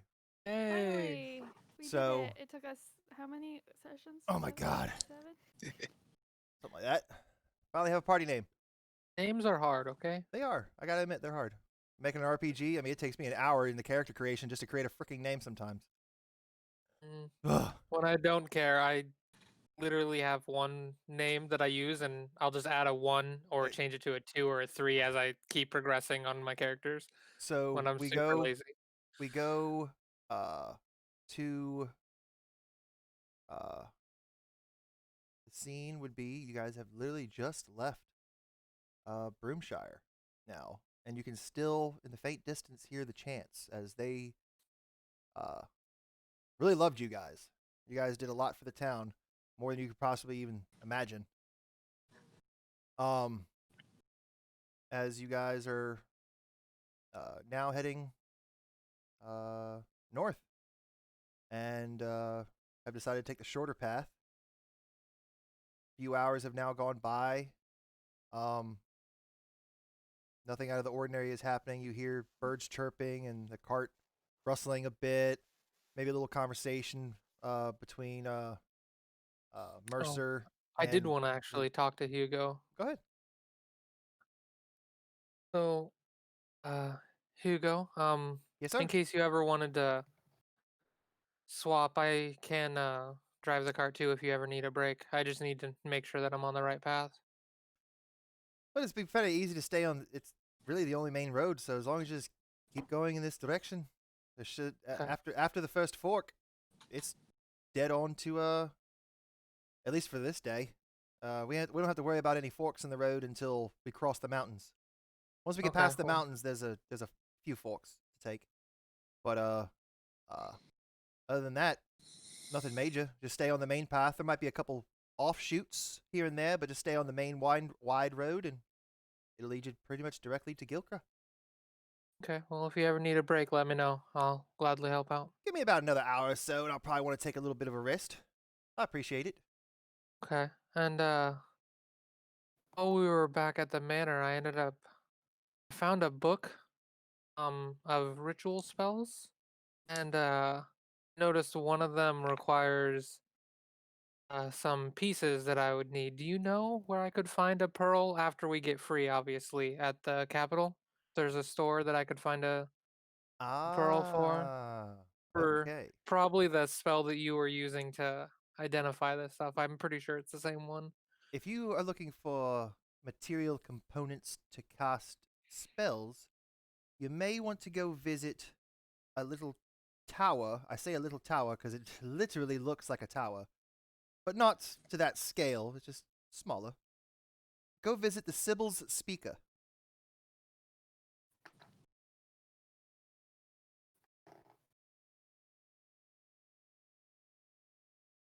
If you enter this, when you enter the Sybil Speaker, be on your P's and Q's. Mr. Kenley in there can be.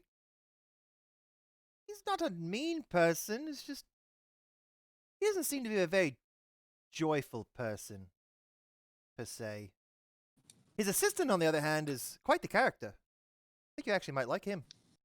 But yeah, go see Mr. Kenley in the Sibyl's Speaker whenever you get the chance. I think you'll probably be able to have whatever you need as far as enchanting and components Okay. for that sort of spells and such.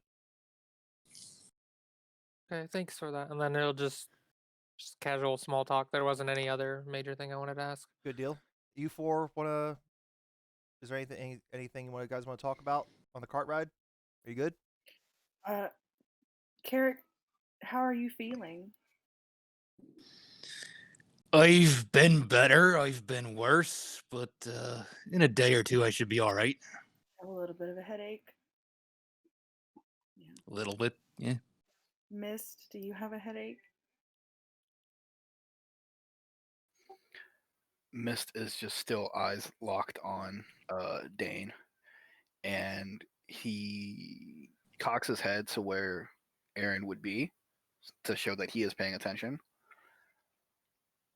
No, I'm good. Thanks. Okay. Aaron's gonna fish some ginger out of her herbalism kit and give it to Carrick and Mist. This will help with your headache. Much obliged. There you go. So she gives you both a little pinch of ginger, and do you both put on your tongue, kind of take a little sip of the water that's in the back, and a couple minutes pass. You actually start to feel quite a bit better, actually. Both of you do. The headache's slowly starting to dissipate. That and sipping water here and there usually helps with a hangover, but yeah, you guys actually start to feel almost 100%, probably around the 90% mark. Biz is gonna kind of strike up conversation with Carrick. Carrick, what, we've been kind of going without really having much conversation, but, what brought you to Broomshire?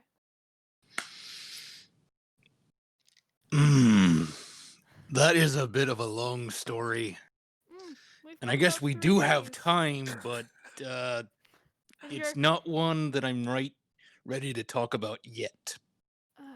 Well, I understand how those things go. You seem pretty willing to haul up with our lot. Any, got kind of a sense of adventure then, I assume? Any plans for where you want to be, where you want to go? Not really. I just was looking for a crew, and you guys seem to fit. I've never been on a boat, so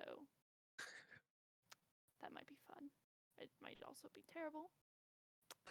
It could be. I won't lie. It could very well be absolutely shite. Great.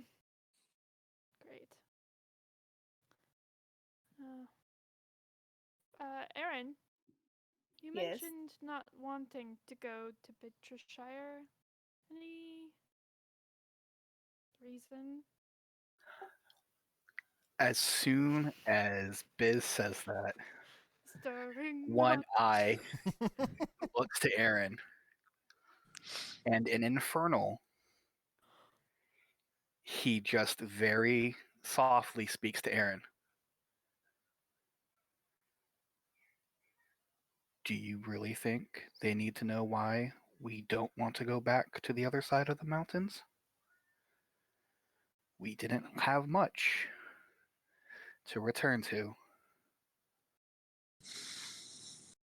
Oh, Aaron's gonna. would I hear that?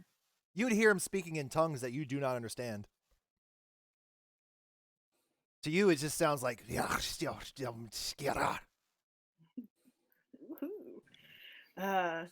And Infernal, I'll reply back. Are you afraid I'm gonna give away your secrets? Biz is Miss gonna go. takes the time to look right, like he will actually break line of sight from Dane, and he'll look at Aaron. No. But it would be a shame for them to know all of yours, wouldn't it?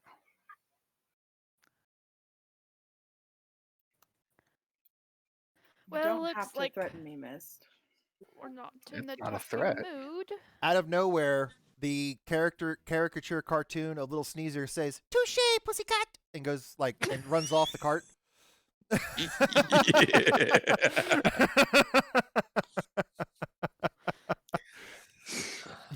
Great. Yeah, Biz is just gonna be like, well, seems like a sore subject. I will just take that as a note, and Aaron will look at Biz. It's just a place from my past that I don't particularly have an allegiance to at the moment, and some wounds are still a little raw. So I would like to not be reminded of everything that I have lost. oh, yeah, some places I'd like to avoid as well. Some people I'm not eager to see quite yet. So yeah, we'll keep close together. Yeah. For that matter, I'm not really interested in going to Gilkra, but we've got to get this pile of garbage there. She's gonna kick Tornillus. Nice. Okay, so as you say that, right before the kick, he didn't see it coming, obviously, because he wasn't really paying attention. He just heard y'all speaking, and as he's looking up, you kick him, and he just looks at you, just squint-eyed, giving you like a bit of a stink eye. Just goes back to just his demeanor with his head down. Are we allowed to interrogate him? Can we? Y'all are I back mean, there. probab- It's you four and him. So I mean, do what you Probably want. shouldn't remove his.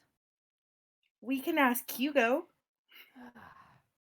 See, what I'm concerned is if he's a magic user, well, you know how Mercer's like really good at talking to people, and I'm like really not good at talking to people. I'm afraid we take him to Gilkra. He's gonna get in front of some people and explain his way out.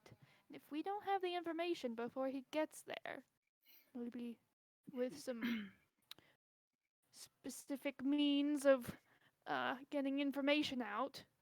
Not sure if Mist would be interested in that kind of thing, but just saying it could be an option. We maybe have the information before we go, and hopefully the council makes the same decision we came to. Now he can audibly hear what you guys are speaking of, and he's just looking at you, Biz, right now with his head tilted to the side, and it's just like you could almost see a smile on his face from beneath the gag, almost as if like he's like, I would love you to try.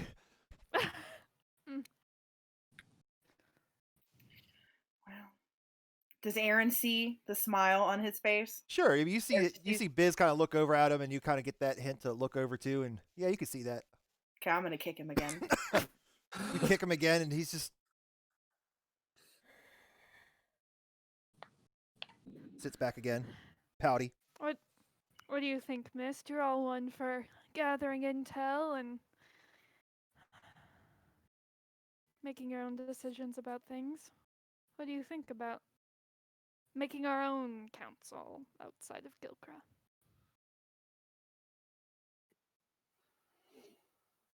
Mist just looks at Biz and laughs. It's a very almost sarcastic laugh. And there's still everything in his head, and he just looks at her and he's like,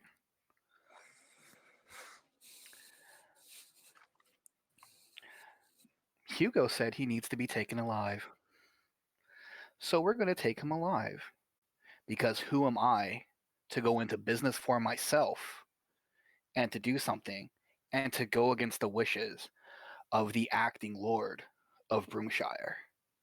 Now, if the rest of you would like to go ahead and break that trust and to play with the fire that is the ex-lord, who is probably a very capable magic user, by all means.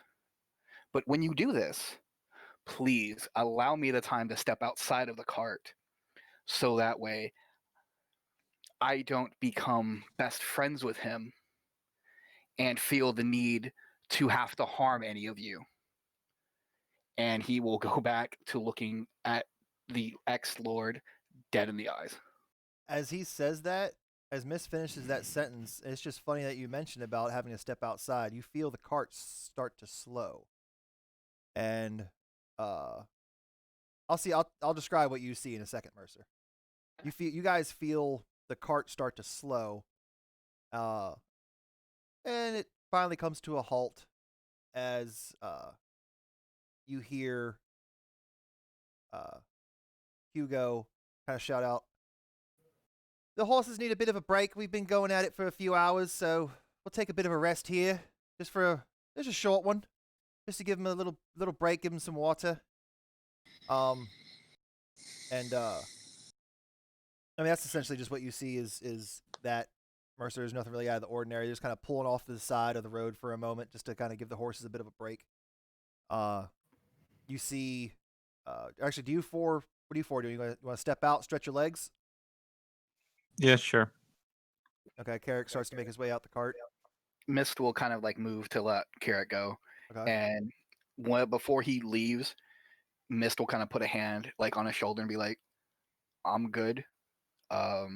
If you and the other two want to walk around, do whatever, I feel one of us should stay and keep an eye on him. So I'll stay put." I agree, and if you ever feel like you're done babysitting, just let me know. No problem. Good Biz deal. is gonna strategically stay behind with Mist. Okay, so Biz and Mist is staying in the cart. Aaron, you stay in the cart. You getting out, stretch your legs. I'm gonna get out. Good deal. So you two hop out the cart and approach the front of the cart just to see if anything is kind of array, and don't really see anything out of the ordinary. Mercer, as you were riding up front, obviously you have a bird's eye view of the horizon and everything. Give me a perception check. Because I'm known to do remarkably well with that. You chose to sit outside, dude. Oh, natural 20. Oh, Finally. there you go. Okay. You see You everything. staring You at see us above us from the everything. sky. You can see smells and hear colors. No. So you notice about 200 yards away down the road from you, two humanoids. I say humanoids because they look like people. Approaching. Just walking down the road. You guys been traveling for. I mean, it's probably noonish by now. You guys been traveling for a good 6 hours at this point. The Wadewick Forest is around you. It's fairly dense. A couple blanker spots here and there that you kind of see through the trees and all, but it's a fairly straight path where you stopped. Pulled over in the taller grass, and you notice the two humanoids walking towards the cart, essentially. I mean, they're coming your direction, essentially. And nobody else noticed this but you. Okay, I'm just gonna keep looking at them, and as they get closer, try and make out like what they have on them and everything. Okay. Yeah, they're about 200 yards out, so it's kind of hard to tell. Yeah, so it'll be a bit for Yeah. that. And a couple of moments later, you see Carrick and Aaron kind of walk towards the front of the cart. Hugo kind of explains again. He goes, let's give these buggers a little bit of a break. Where's the other two at? They stayed behind. Hey, Miss Biz, Yeah. you mind fetching me a bit of water for the horses? Yeah. Give me a second. I'll be right there. I'll come to And you. she- Just grab it for me. And he kind of walks her out, and you see him kind of reach his hands out as you hand him the couple Couple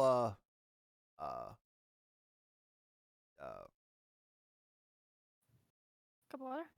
there you go, tanks of water. And brings her over to the horses and lets them drink. And a few moments pass, and Mercer, you notice they're probably about 100 yards out now, and you see they're dressed, and it's definitely two. They look like 100 yards out. You don't know if it's elf or human. but they definitely look human. Just two people walking down the street, or walking down the path, and they're dressed in browns and greens. I could say is the colors that you probably noticed. They're just browns and greens, like tunics, stuff like that. Brownish pants, brown boots. Can't really tell much 100 yards out. Can't really tell much more than that. One's a little taller than the other. I'll just look to everyone and kind of like point in the direction saying people coming down the road. People coming down the road. It's a Bob Dylan song, isn't it? Something like that. It does sound like something like people coming down the road. So while that's going on outside, Biz is just gonna kind of turn to Mist and be like, listen. From what I have gathered about you, would it be wrong to say that you don't like to leave the decisions of sensitive goings on to maybe higher authority or corruptible people, that you'd like to take things in your own hands?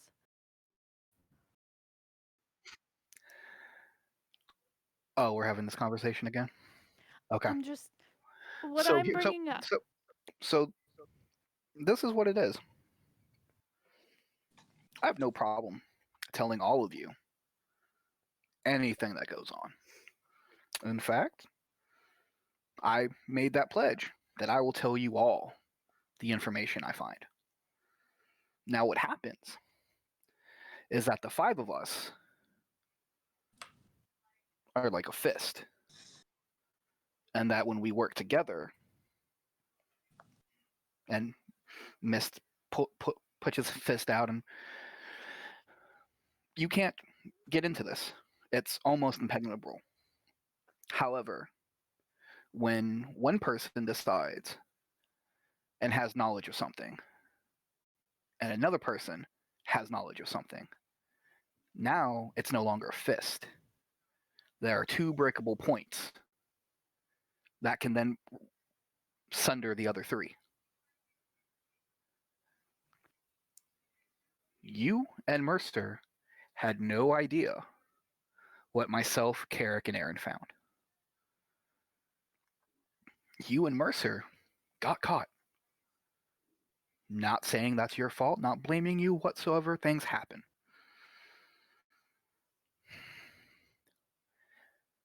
If you knew what we took, what we did, who's to say the moment you got put into that mansion, and he gestures to Dane, what stopped him from immediately grilling you and pulling information out of you? Nothing. You guys can visibly see Dane looking at you, eyes wide open, really studying this conversation. Your best bet, and Mercer said it, we had Hugo. Oh, you had one man against a man who ran the town and guards that were loyal to him. They wouldn't have listened to a word Hugo said. They would have followed the Lord's order. And the two of you would have found yourselves being tortured, being hurt. Now, there are people, I don't know exactly how they do it. They can reach into the darkest pit of your mind to find the tiniest kernel of truth. If you knew something and he rooted around and found that no longer harms just you and Mercer. That harms the other three of us. It harms us as a group. My main concern is staying alive. And if there's information that I find, that I understand, some of you don't need to know at the most exact moment, I'm not doing it to keep you in the dark. I'm not doing it because I don't like you. I'm doing it because in my line of work, I know that information is more valuable than all of the platinum in this fucking country. And I know that in the right hands, information can lead uprisings. It can inspire people. And I know that in the wrong hands, and again, Mista looks directly at the Dane. All right, Dan. That information quashes those uprisings. It kills. So if you want to keep going on and fancying yourself somehow holier than I and brandishing me a liar, go right ahead. But let's just remember, not what, an hour ago? You came to me because you wanted me to do the dirty work. Because you needed someone who doesn't mind having a little bit of a smell of copper on his hands. So let's start thinking very closely about just who I am and what you want me to do. I put an arrow into someone's eye to save Carrick, a man I've known less than a week, because he's part of our team. He's part of our party.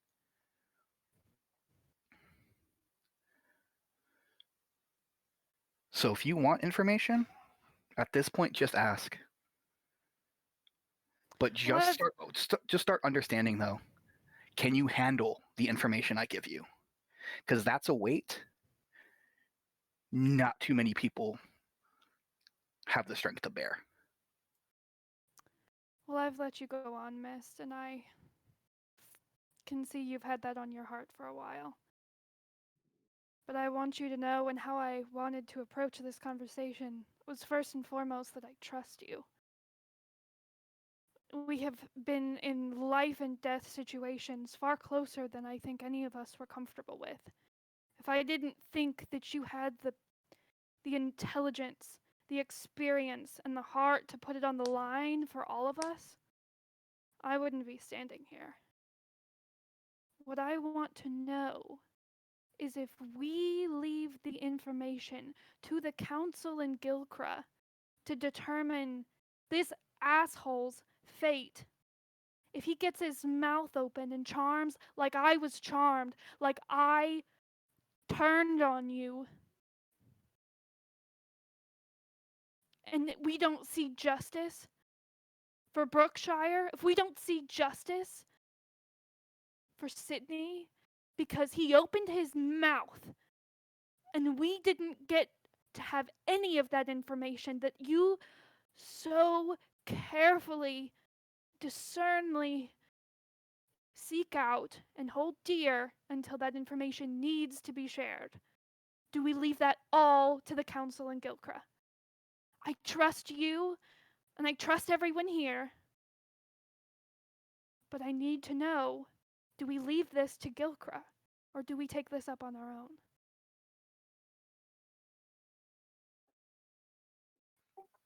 Mist smirks. Two people have told me to leave this man alive. If you don't think for a second I hadn't already thought about putting an arrow in the back of his neck.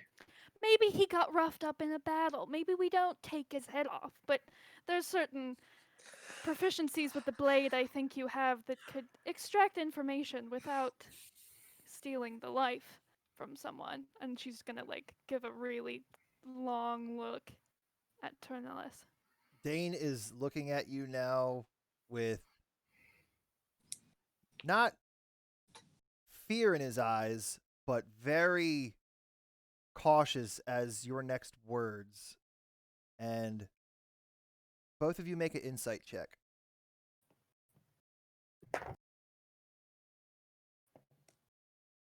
Oh, that's the wrong dice. Oh, fuck. 2. That's a 2. Yeah, I rolled a 2. Insight. Oh, I have a +4 to insight though. I'm proficient, so It's a 14 total. okay, good job. Okay, Mist, you kind of notice just the expression of what you can see on his face with the mask covering it. Kind of makes it a bit difficult. But you see the expression on his face change, as if he's like really contemplating. Like, if you could read his mind, it's probably somewhere along the lines of, choose your next words carefully or things are going to go bad. That's kind of what you pick up on, that his mannerism, facial expression right now. Like he's trying to be intimidating a bit. I'd like to know who's on the other side of that blade. Wouldn't you? Before we deliver him? Miss Cox an eyebrow. We already know who it is. It was told to us by Hugo. Hmm. And if there's anybody who knows who it is, let me just tell you this. As unassuming, as flighty, as much as she goes on her own whims, Erin has her own stories and her own knowledge of things. I have my own networks. We both have spent time in Gilcrow. We both have heard stories and seen people not getting the justice they should get. However, I have to not only listen to Hugo, but take honor and the trust of a past thief and have some semblance of belief that getting Dane to Gilcrow unharmed, unmarked, is not only in the best interest of this country, but in our personal best interests. So again, take my word for whatever it is you want to take it as. You want to rough them up? Go right ahead. But let me know so I can go and walk my little self out and have plausible deniability of knowing this ever happened. Listen, I don't have any inclination for us to split the party. But I have gleaned a bit from what I know about you and your past that I figured I would inquire about your thoughts on Gilcra and them just handling the situation and us not having hands in it. Now, after this conversation, I will assume that if things don't get the justice they deserve, that I can come to you for some sort of plan of action. And we'll take it on together.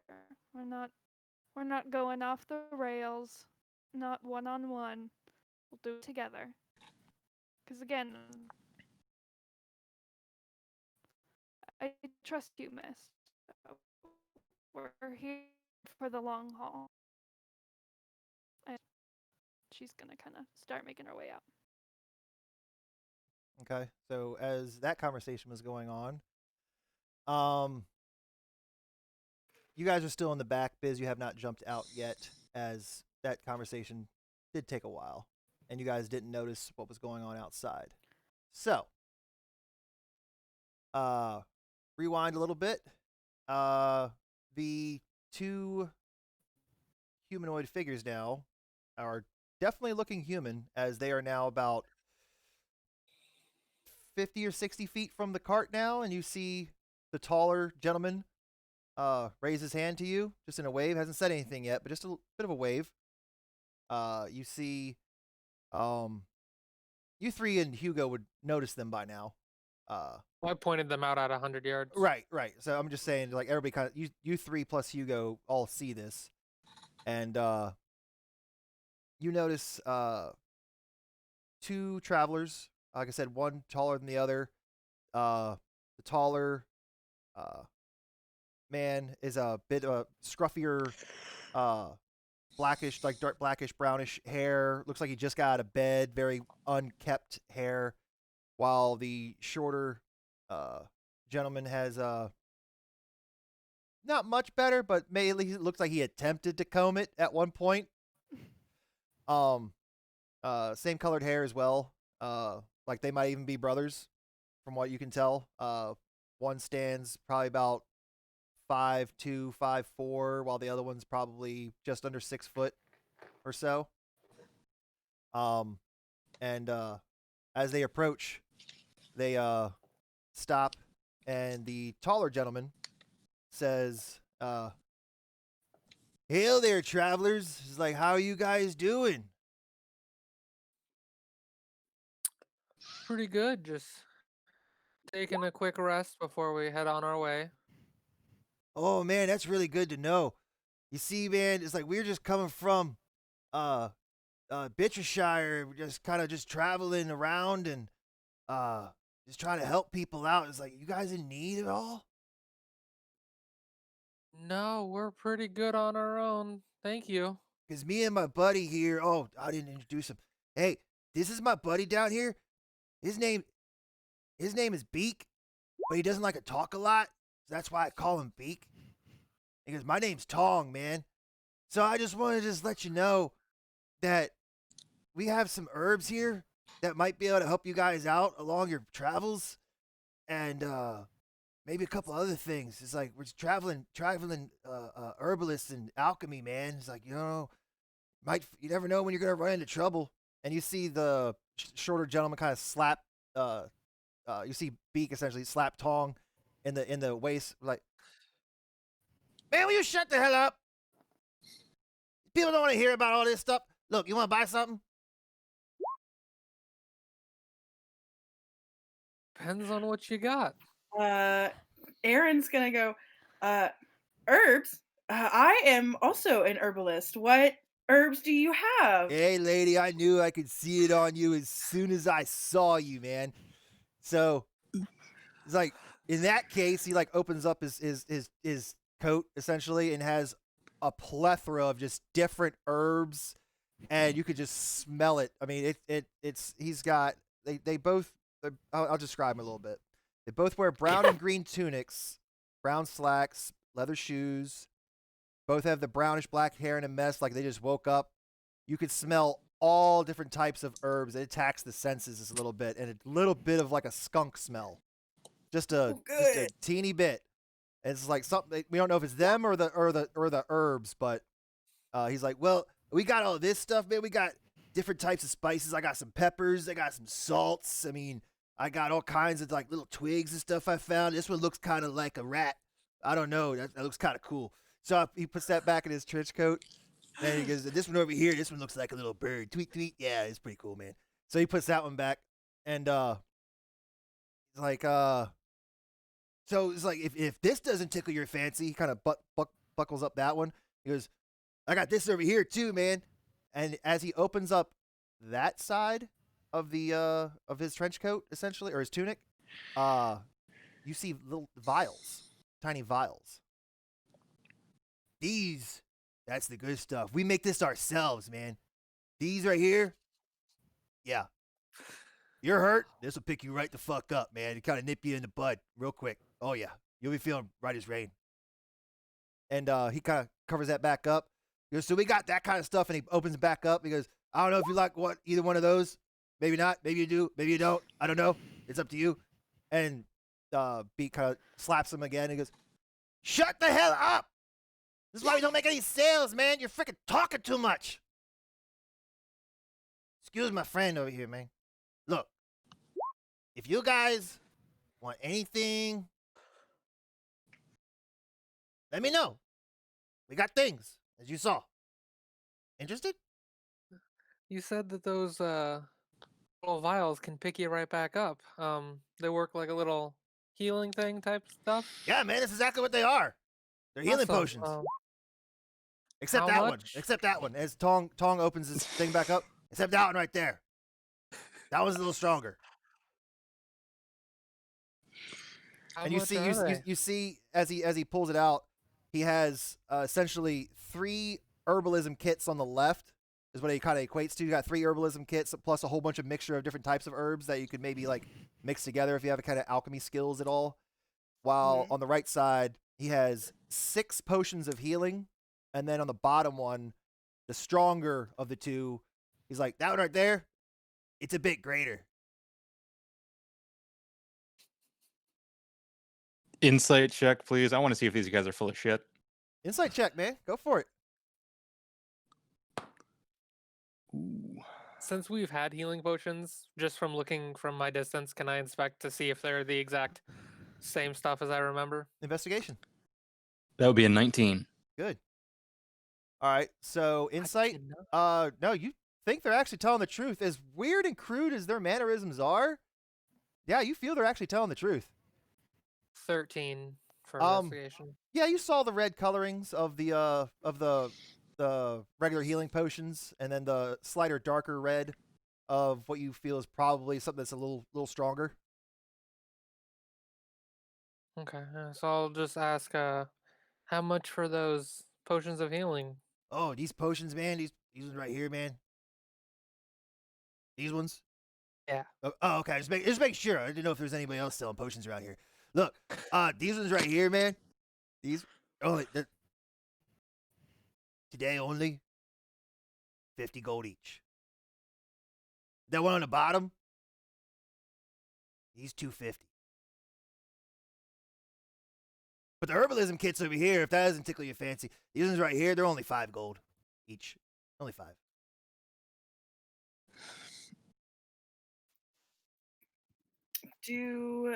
Can Erin like look at the herbs and see if they have 2 specific herbs that she's looking for? What are you looking for? I'm looking for sour grass, and I'm looking for red amanita mushrooms.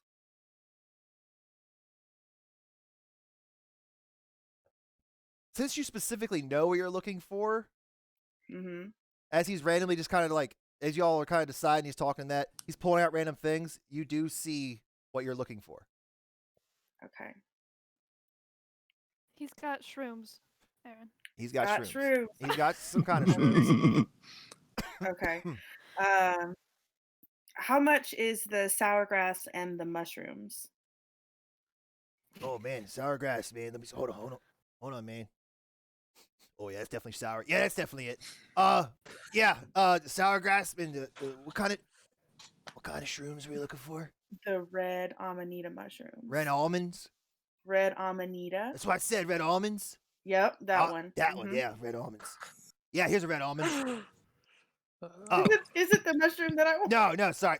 That was from lunch. This one right here. No, okay, there's the mushrooms. Okay, yeah, these ones right here, man. These are pretty good.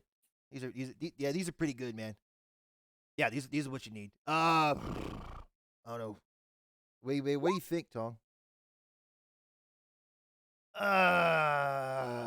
Just a gold. Just 1 gold. Per That's it. mushroom? Yeah, we'll give you a few. Just 1 gold. This stuff's actually kind of easy. We know where to find them. Okay, I want all of your mushrooms and all of your sour grass. So how much is that going to cost? Oh man, she wants all of it. Hold on.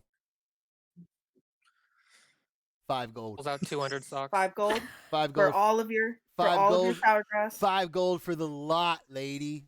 5 Okay. gold. Let's do it.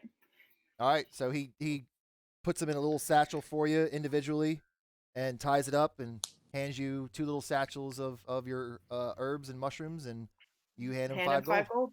Yep. Hey man, thanks. Oh yeah, that's real. That's real gold, man.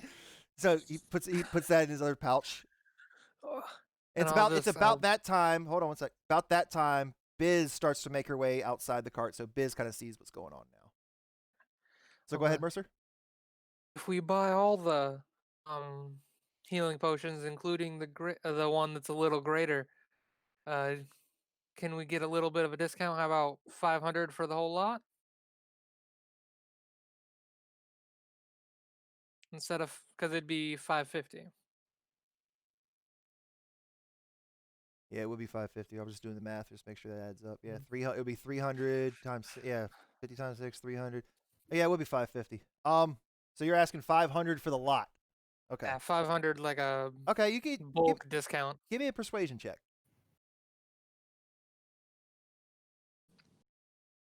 14 plus 7, so 21. God damn you.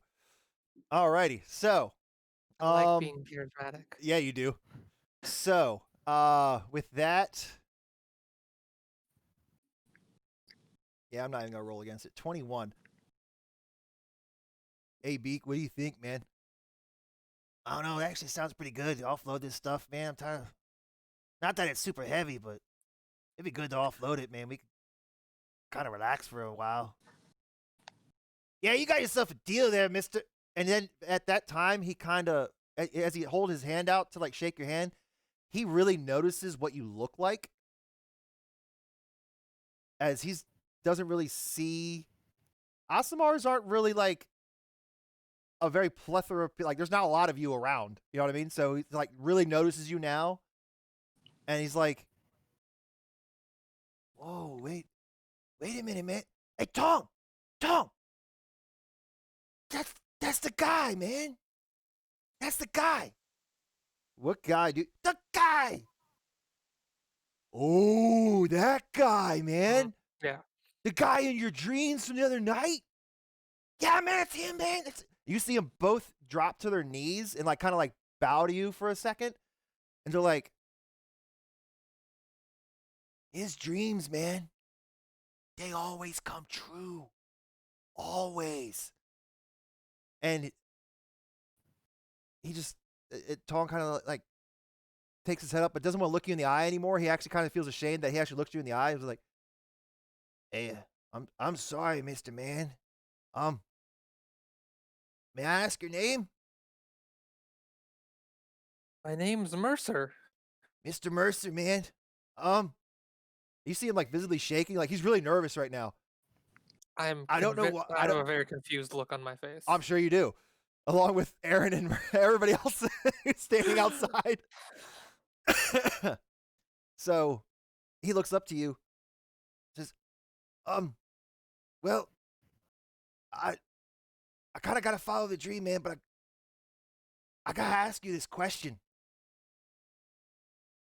And hold up right here. Says, something told me to ask you this. Hey, you know what? Hey, Tong, you tell him. Oh, okay, man. Look, all right, look. In his dream, man, he was told to ask you this, like, riddle.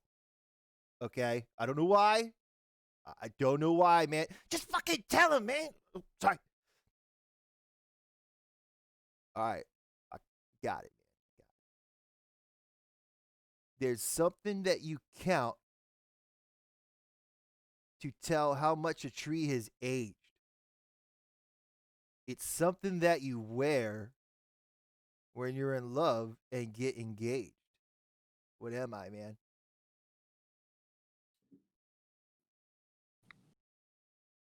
You want me to repeat it? I was like, yeah, I'm writing it down so I can see it too. Can you repeat it one more time? Yeah, they're something that you count to tell how much a tree has aged. It's something that you wear when you're in love and get engaged.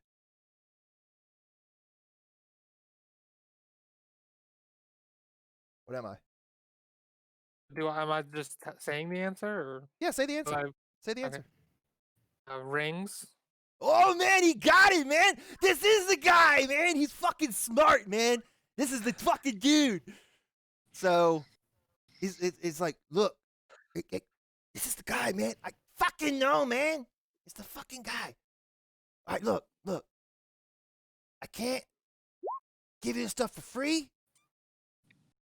$450, it's yours. I'll give you a bitter discount. $450, the lot's yours, man. I'll even throw in an extra herbalism kit.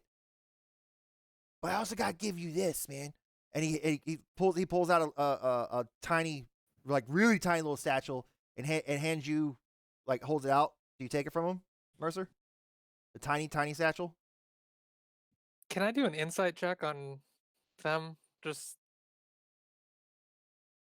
about the whole like dreaming and weird stuff that they're doing. Yeah. Insight, go for it. Ooh, 19 plus 4, 23. Jesus Christ, you. Okay. Yeah, you feel he's telling the truth, man. It's like somebody visibly shaken. Why the fuck would they lie? Okay, so yeah, I take the satchel from him. Okay. So you take that. And he says, "Oh, let me get you this stuff, man. You still want everything? $450, man, and it's all yours." Yeah, and I looked at everyone. I was like, do we want to split the gold so that we can just stay alive better with these?" I'm fine with chipping in.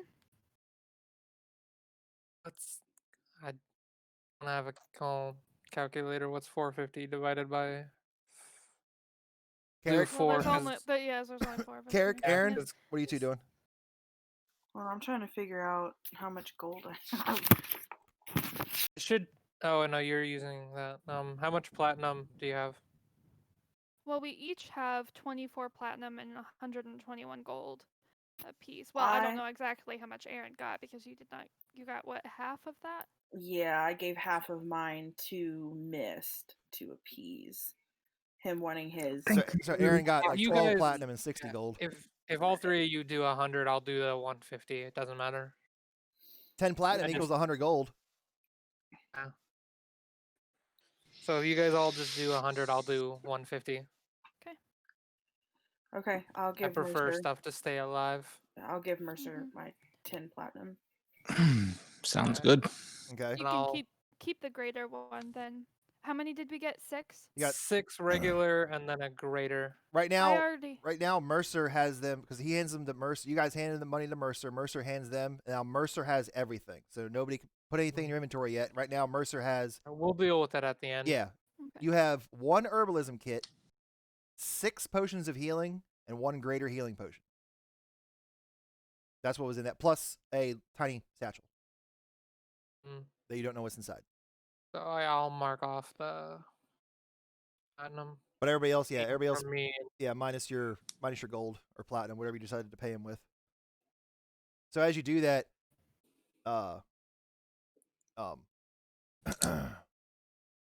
Tong kind of looks at you and goes, "Hey, man, appreciate it. I really do. But we're gonna get going now because you make me fucking nervous. So but wow, dude, great to meet you. I love it when his dreams come true, man. It's always great when your friends' dreams come true. I mean, am I right? Am I right? I'm just gonna go, yes, have a wonderful day. Kind Hey, of hoping good, that they good, you too, man." leave faster. And they start Because to wander off a little bit towards the back of the cart, and they're just like giving you a little wave goodbye. Have a good day, man. Hope to see you again soon. And As soon as they stop looking at him, Huh? he's just gonna go over to Mercer and be like, "Oh, thank you, Your Highness." Mwah." I'm just gonna look and be like, I have no idea what just happened. For a minute there, you were gone. That's what happened.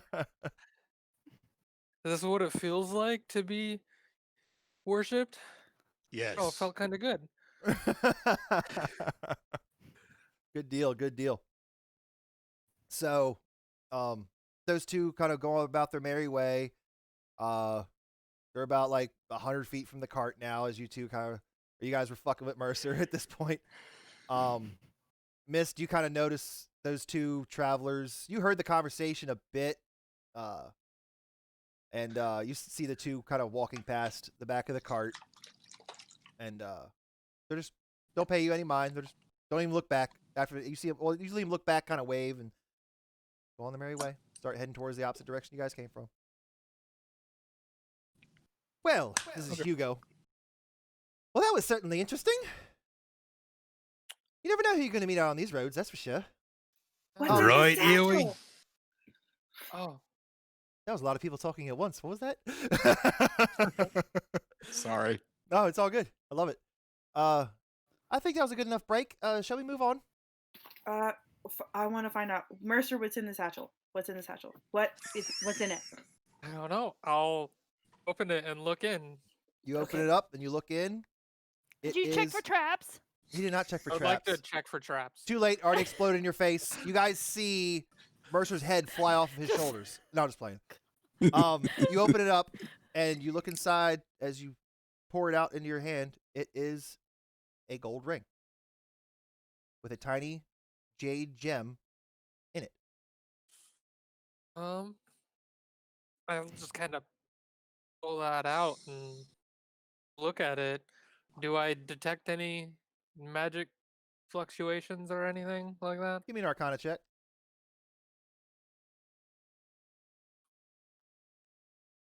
Nothing. That's a 1. Ooh. You don't know.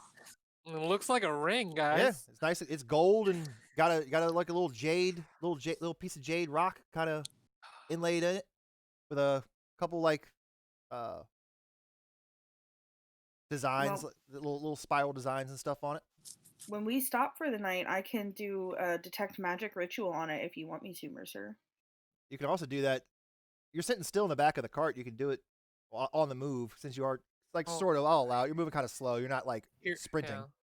Hearing her say that and remembering that I watched Hugo on multiple occasions just make an object light up and then tell us what it is. Kind of look at him.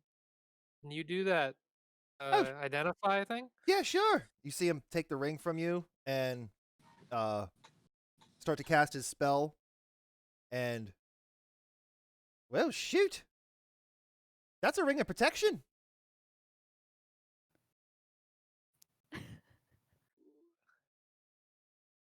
He hands it back to you.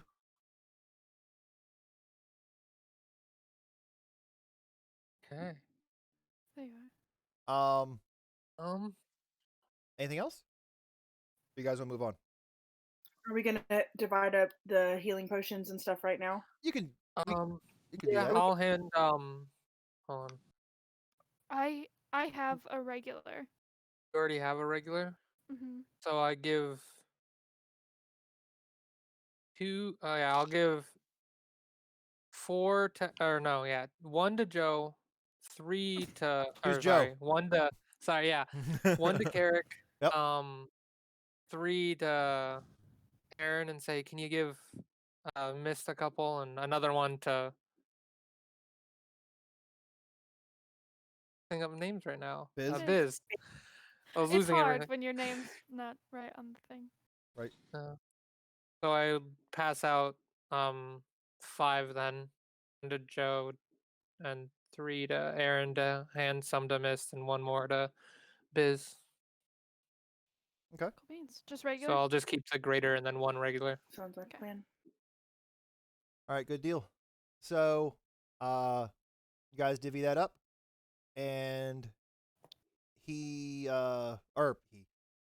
Hugo hops back up into the cart and says, "All right, I guess we should be on our way then." He clicks, and horses start to get off. Did, And go ahead. Did they want to switch or anything?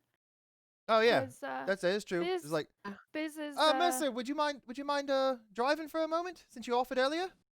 Yeah, absolutely. Question. Yes. That means I can't take a short rest attuned to the ring, can I? While I'm driving? Or would you allow it? I would say a short rest while moving, like, just spend it. You don't have to 'Cause I necessarily can take a drive. short rest. As long Or- as I have it for like an hour. Yeah, or you just so. kind of concentrate. If you were to sit in the back of the cart and concentrate on it for about an hour, I would allow it. I'd allow you to attune to it then. Well, I was gonna drive. I'll form.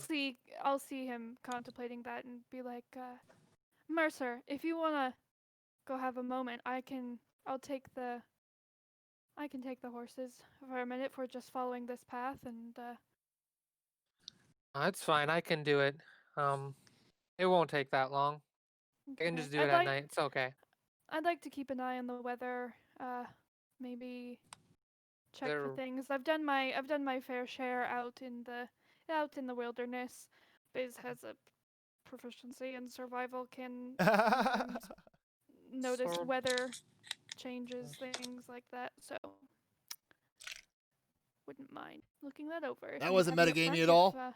Nope. If Hugo would like to, I was like, how do I even say this? That makes sense. Oh. If Hugo Yeah, wants to I sit in also the Mrs. back, have he can Biz, sit up. Mrs. Biz, would you like to sit up front? I don't mind going in the back. Hugo, Mercer, that'd be I- great. I'll I've just already keep an eye on explained to things. Mr. Mercer where we are going, so you two could definitely handle this. So he hops back off and And as I hop up there before Hugo leaves, I'm just Uh-huh. before Hugo walks away, I'm just gonna be like, okay, now we're just gonna take a direct right in about 30 minutes, Biz. Straight into the woods. That's what. Yeah, he said it was. Straight into the That's woods. what we're Got doing. it. Yeah. Making sure that Hugo hears me say this. Hugo turns to look at you. Just kind of smile. You're a bit of an ass. I like it. So he makes his way to the back of the cart, And and Biz has like kind of heard that and was like, "What do you mean? That wasn't mean at all. I'll go straight into the woods. What's the deal?" so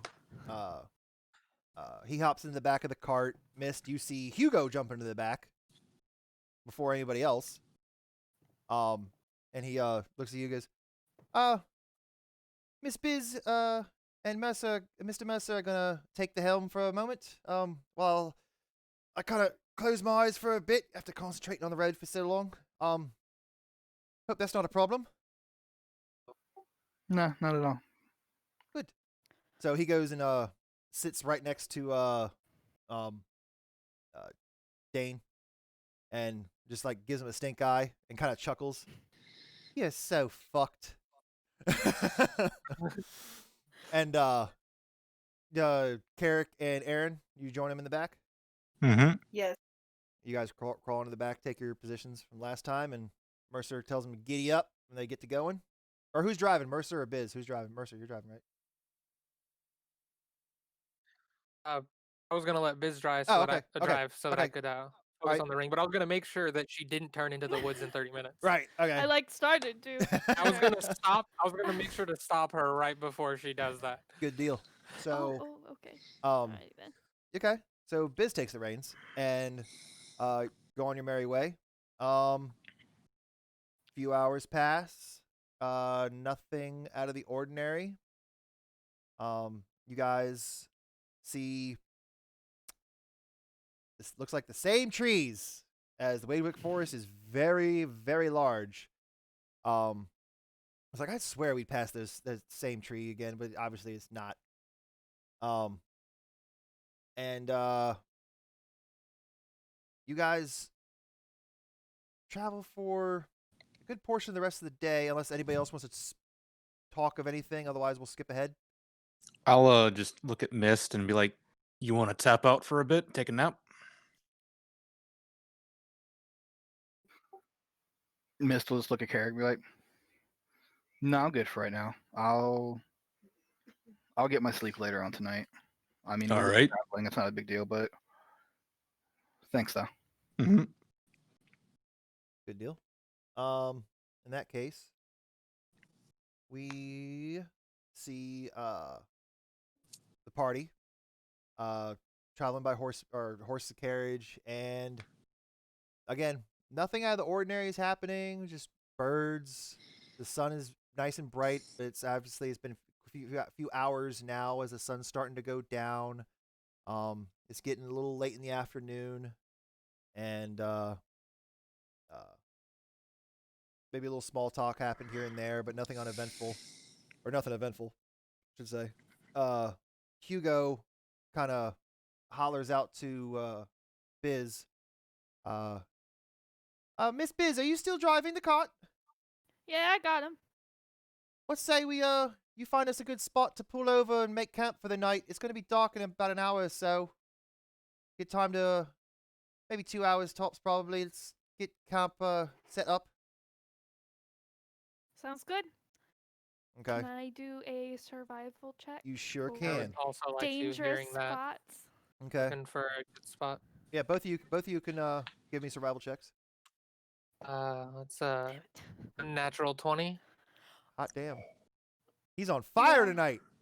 Yeah, that's a 10 with my proficiency. Okay, so Biz, you feel that spot over there would be pretty good, but then Mercer kind of corrects you, or I don't even say correct, but more suggests something probably a little bit better. Like, I think I see something a little further up the road, and you're like, oh yeah, you know what? I think you're right.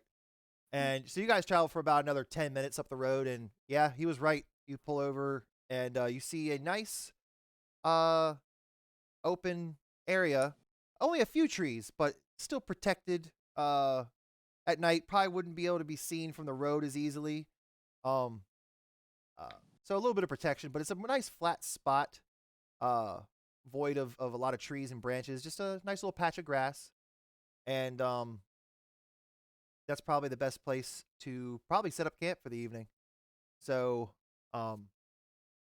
you pull into the little outcropping, and as you stop, Hugo says, "Oh, well, I guess we're here. Let's start setting up camp." And he hops out and ushers everybody else out of the cart, except for Dane, and just starts to ask, Mr. Miss and Miss Biz, you mind setting up the tents as you two look well traveled? Sounds good. Yeah, it's no problem. Good deal. Miss Aaron, as you look one with the wood, do you mind collecting a little bit of firewood? Maybe Mr. Carrick could help you with that. I think Mr. Mercer and I will tend to the horses' needs momentarily, and we will help you gather wood after that for a fire, as it may get a bit chilly this evening. I will kind of go back to them as Mr. and I are kind of walking out. Or, well, I guess we're all in the same spot because we're Yeah. with the tents. Yeah. Don't forget I have my fire sword if you need some fire. Oh, yes. That'll be most helpful for starting the fire, that's for sure. So you guys go about your business as Dane's kind of sitting there on the edge of the cart, kind of looking out at everybody. Tied up. Husk of a broken man. Can't do a fucking thing. Just hear an audible sigh. And he just plops back and just lays down. Because there's just nothing else I can fucking do at this point. Probably going through his head. So you guys start to set up camp, and the firewood has been gathered, tents have been set up. As I'm helping Hugo with the horses, I just Sure. want to look over to him and just be like, I actually heard we have something else. Could I borrow your pearl you used to cast Identify just for the night? Or just for a little bit while we're sitting at the campfire? Sure, if you promise to I'll give give it it back. right back. Okay. Yeah, Yeah, sure. no I problem. trust you. He I just takes want to he try my he takes it out and way hands it with to you. that little magic. Sure. Okay. He Then, hand- yeah, then what I want to do waits till we're all at the campfire. Good So. deal. Good deal. So, yeah, he hands you his little pearl, and you two get finished letting the horses out, tie them up to a couple different trees, and give them a couple extra lengths of ropes that kind of stretch their legs a little bit if they feel like it, just so they're not pinned down so much. And darkness comes as Biz walks over to the campfire and lights the thing up, and the 3 tents are now set up. They're fairly big size. Hugo says, he goes, look, me and Mr. Dane will take this tent. You two, the other 2 tents are for you all. There should be ample room for everyone here, but I'm definitely gonna keep my eye on this. Excuse me. Keep my eye on this one for the evening.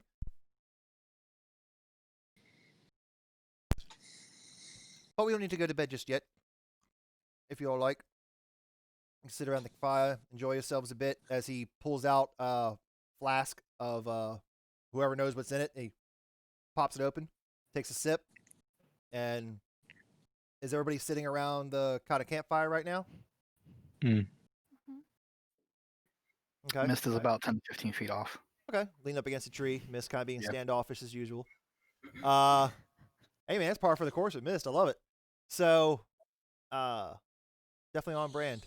So he passes the flask over to Mercer, And he Um, says, well, y'all can have a good time with that. I am a bit tired, but I'm going to take this one in the tent and strap him to the fucking ground just to make sure he doesn't go anywhere. And I will bid you all a good evening. We leave at first light. Okay.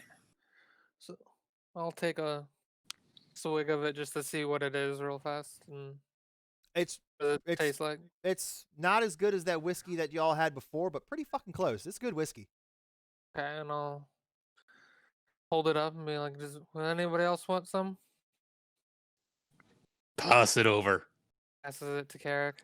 Do it the right way. Do it like because you're sitting next to each other. Oh yeah. Other way. Well, Other way. Other way. Other way, Brandon. Pass the other way. I'm There you go. There you go. And then sorry. Mercy- I'm looking at the other cameras, and I know it you look at looks the little. cameras. Good deal. So I it don't- burns. It burns a little bit on the way down, but that's how you know it's good stuff. So the evening is yours. Okay. You spend it as you wish. Aaron wants to go talk to Mist. Okay. Before Aaron leaves, I would, Aaron, we found that wand in the hut. Would you like me to try and tell you what it is? Do you promise not to destroy it? I promise. Do you promise to give it back? Absolutely. Yes. I'm going to give him the wand. Then I'll start. It'll take 10 minutes, but I'll start casting Identify as the ritual spell with the pearl and everything. All right. I just so wanted to do that. I know you wanted to, buddy. I knew why you wanted the pearl. I Mhm. was on to you. It's a good deal. Sorry. So it takes you 10 minutes to do that. So anything else want to go on while he's taking 10 minutes to do that? Biz is gonna dig provisions out and like just start like going to town. She didn't have breakfast and she's like, "Ah." Oh, you probably munched in the back of the cart. I mean, you guys were there all day. Everybody kind of munching a little Okay. bit. But all right. So Biz breaks into the rations a bit and Found starts- yourselves hungry after hanging out with Reek and Cheech Chong over there. Oh, yeah. beak I and dug tongue. into their Beak and beak tongue. and Right. tongue. That's Mhm. hilarious. Great job. So, yeah, man, it was a good time. Y'all were good people, man. So, Aaron, you wanted to talk to Mist, or you want to wait? Yeah. You want to wait until the identify's done? No, I trust him. Okay. I can come back and Okay. figure out what it is. Have your conversation. Okay. Gonna walk up to Mist and stand 2 feet from him until he gives the signal that it's okay for me to come closer. Miss looks up, sees her, motions with his hand. Come on, have a seat. How you feeling?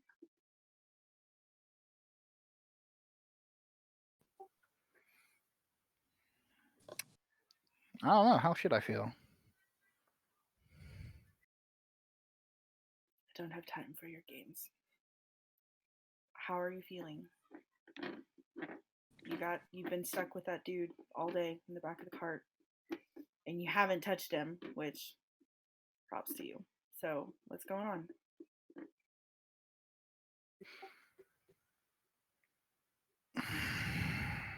Miss shakes his head and laughs. Tatum said, "Don't touch him. If there's anyone I'm going to trust next to you, Thank you. You know my I'm- feelings are fragile. I'm going to trust and have honor amongst the other thief. Okay. You let me However, know. how do I feel? That's the question you asked, right? Yes.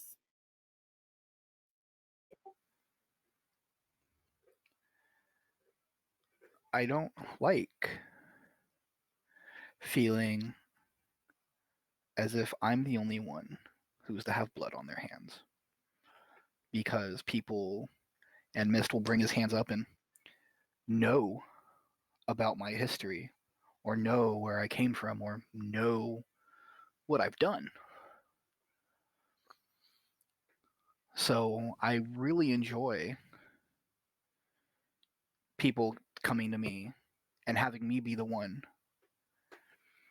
to harm Dane to get information out because they don't trust the political system. I'm the one that you want to break into a house? Oh, let's get missed. You want to break into a lockbox and see what's in there? Let's get missed. You need someone dead and you need it done from far away? Let's get missed. Not a single fucking time have any of you uttered the words, thank you.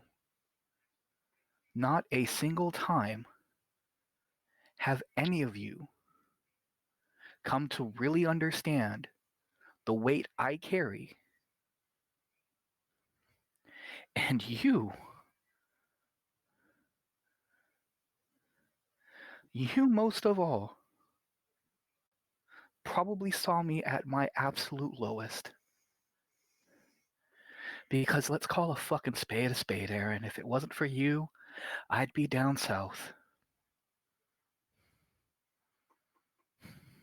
And you and I are probably the only people in this group that even knows what happens down there. But what do I get for it? I'm called a liar. It's said that I'm going into business for myself. It's said that I'm putting the needs of one amongst the needs of the many.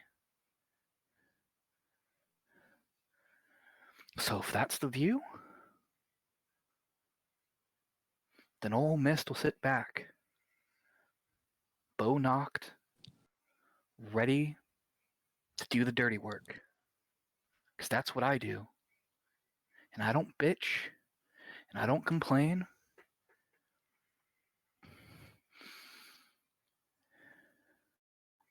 But there's going to come a time that eventually I'm not going to be able to bail y'all out. And please believe this. I very much was in a headspace of not walking into that forest with you all the other day. Because my only desire was to see Sydney buried. Not to go run off on some flight of fancy because, oh, we hurt a child. You know better than that, Aaron. We've been in the forest. But we all ran off. And I followed. Like the good little fucking house cat I am, apparently. And I saved y'all. And not a single one of you fucking said thanks. But you want to stand around that grave marker. And you all want to act like Sydney meant something to y'all. Your little empty words. Your non-verbal actions. It's fine. Don't cheapen how I feel because of how you feel.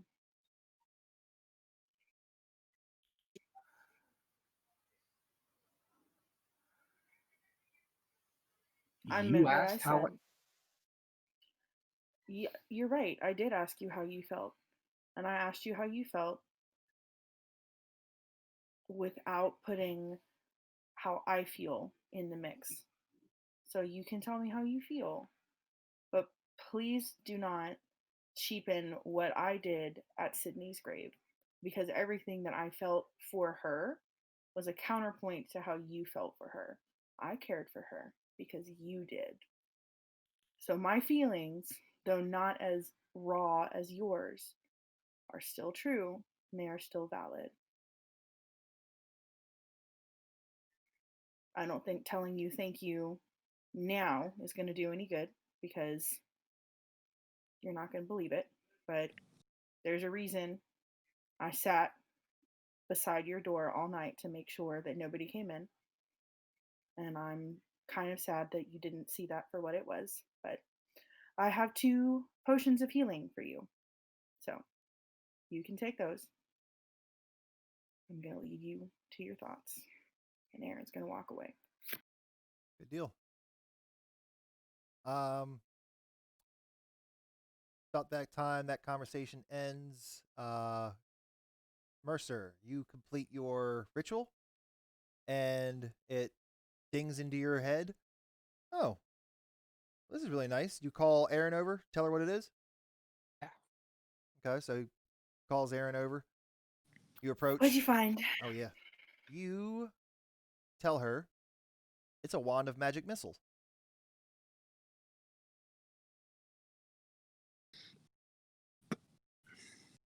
Oh yeah.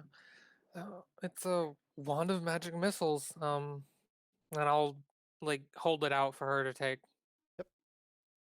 Magic missiles? Yep, magic As in missiles. like Plural. pew pew boom boom missiles? Yes. Yes. Okay, she's gonna hold it from the end, like hold it out in front of her. It's like, ooh, this could be dangerous. What does it I'll do? I'll send you the link so you can kind of know what it does. I'll do that. Well, I'm glad Dinray didn't have that when she was attacking us. Yeah. So anything Carrick Biz in that case, you guys probably feel it might be a good idea to probably take some watches, essentially like stand guard kind of thing. A few minutes after Aaron walked away, just gonna walk over to the fire where I presume everyone is. Yeah. And he's gonna he's getting that feeling of like, it's late. Yep. He's gonna look directly at Mercer. First watch is you and I, big boy. Let's let the girls and Carrick sleep.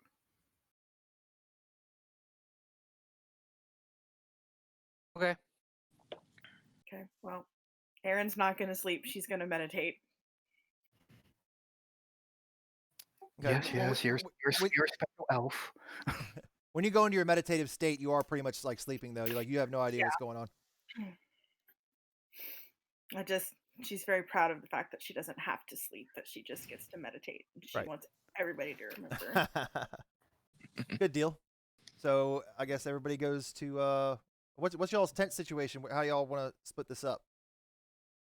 Ooh, Erin's sleeping under the stars. It's her favorite thing to do. Okay. How many tents do we have? Two 3? extra. You have 2 extra tents. Okay. So yeah, I'll go in one, and I guess Carrot goes in the other, since there's only 2 of us that are in tents. Fair enough. So you guys go to your tents and bed down. Yeah, before I leave, I'll just tell him, hey, wake me up whenever you need a change of guard. There you go. Good deal. So Mist and Mercer take the first watch. Both of you give me perception checks.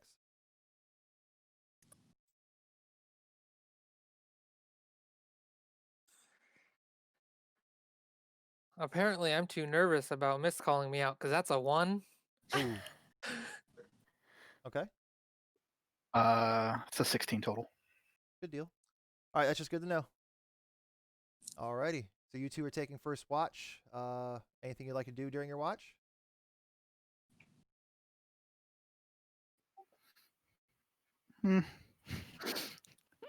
Miss just kind of looks at Mercer, like he's just staring him down because he's had a talk with Biz, he's had a talk with Aaron. Carrick, well, I mean, he's the pirate, and as far as Miss knows, they kind of are at least on a somewhat same path of what is good for the group and what is good to keep people alive. So he just kind of locks eyes with Mercer. So, we really didn't get to finish that talk yesterday, did we? Well, everything that I wanted to say was already out there. Let me ask you though. Is it general practice for you And I mean, I don't know if you're from this country. I have no fucking clue where you're from. But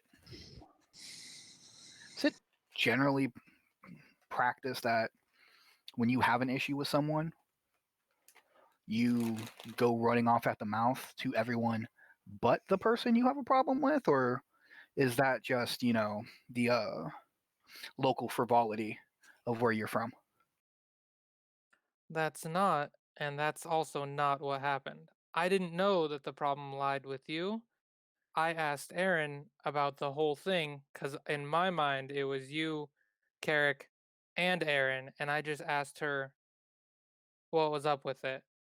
I was directed that it was you that made the decision, and we walked out of the mansion, and then all that happened. I was trying to plan a way in my head to pull you aside later in the day, one on one, so that I didn't say everything in front of the whole group. Because you're right, if I have a problem, my goal was to just talk to you about it once I knew that the problem was with you. But what was But the it problem? didn't quite happen that way. But what was the problem? The problem was that you did lie to us. That Ooh. Let me stop you there, big guy. Lie? It's a very charged term you're throwing around. Are you right now wanting to say that I missed? I'm a liar. no, I'm saying that you lied to us one time that I know of about something that I felt was rather important. So what did I lie to you about? Because that's the word and the phrase we're using here, is that I lied. Mhm. Is that I didn't withhold information strategically, that I didn't discern what needed to be said to someone, that I just outright lied. Because to lie means that I knew the truth and I purposefully told you a falsehood. That if I knew the sun was shining, I looked you in your eyes. Or you know what? It'd be like the sun was shining, Mercer, and I just whipped it out and pissed on your leg and told you, oh, man, it's raining. That's a lie.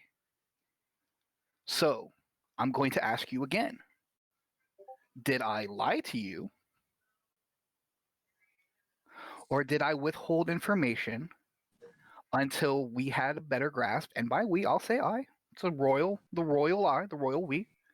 Until I had a better grasp of the situation of what we all should know. Well, when we all asked at the table that what you all found, and you showed us the letter, and then after the letter was done, we asked, was there anything else that you found? Say no. To me, that is a lie. Hold on. DM question. Yes. Prior to Hugo doing weird timey-wimey Doctor Who bullshit and just warping his ass into the fucking inn, Right. maybe I've got things conflated in my head, like timeline-wise. Okay. Did we not like inform them, like the other two, like, hey, we found this blood pack knife? Like we had that conversation, but didn't know who was on the other end. And then that's when we had the meeting with Hugo, and Hugo was like, oh shit, it's a blood pack knife, and I know who's on the other end. Because I could swear they knew, and then that's when kind of everything went to shit because Tatum got mad, and then that derailed everything. If I remember correctly, you three were in there, or in the mansion. Those Biz and Mercer were outside. You guys all ended up back at the inn, and then I can't remember. I think it might have been Mercer that asked if you guys found anything, and I believe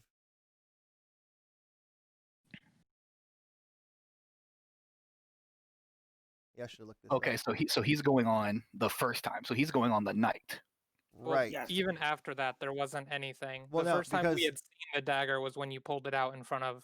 that is true because Hugo. Aaron and Mist knew about the dagger when you guys were upstairs, and Aaron did her Arcana check, a very good Arcana check, and figured out there's something obviously up with this dagger. So that's when Aaron first knew about the dagger. But that, and then everybody went to bed. Then Then we woke up then the you next woke day. up the next day, and then the meeting happened, and that's when the rest of the party finally got to see the dagger for the first time. After Hugo cast Identify on it and told everybody exactly what it was. But But that was after the riot. It was after the riot, after Mercer and I were captured, and Right. then we were released, and then we went into the underground thing. Right. So So Mercer and I and Carrick, I guess, hadn't seen it until that meeting. Okay, I just had timeline because everything from like that moment on kind of right. happened like really quick. So So Mist, I thought they knew of it like that morning before Hugo did the whole thing. I don't believe so.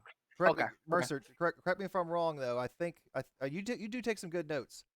Like you did ask him, did they find anything else? And Mist said, something along the lines of he either said no, or I don't know if he said no exactly, but Mhm. I know that he either said no exactly or he said that he only has the letter.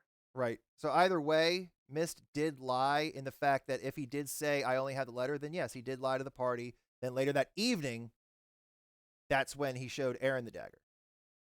Yeah, well, I think it was something like, "What did you find?" Right. And this is what I found, and then it was more of like, "This wasn't all that I found, but I Right. did find this." So it was like a lie Right. of It was a omission.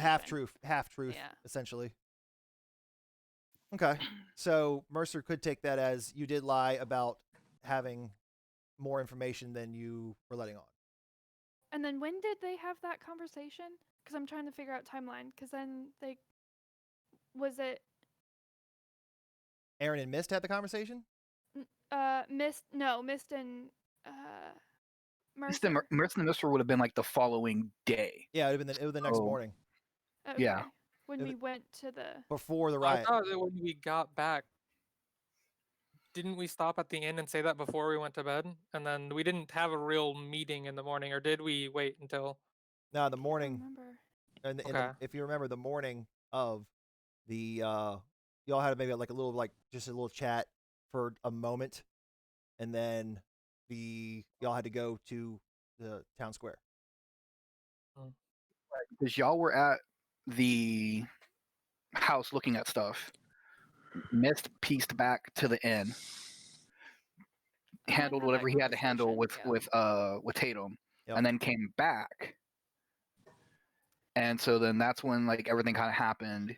Yeah, Right. because And you then we talked went with to go. Aaron. Yeah. Right. And then they came out. Yeah, that's what it was. Okay. So you told a half truth, but again, Mist. I mean, has kind of defended himself multiple times on that aspect. He felt like he was doing it to protect everyone.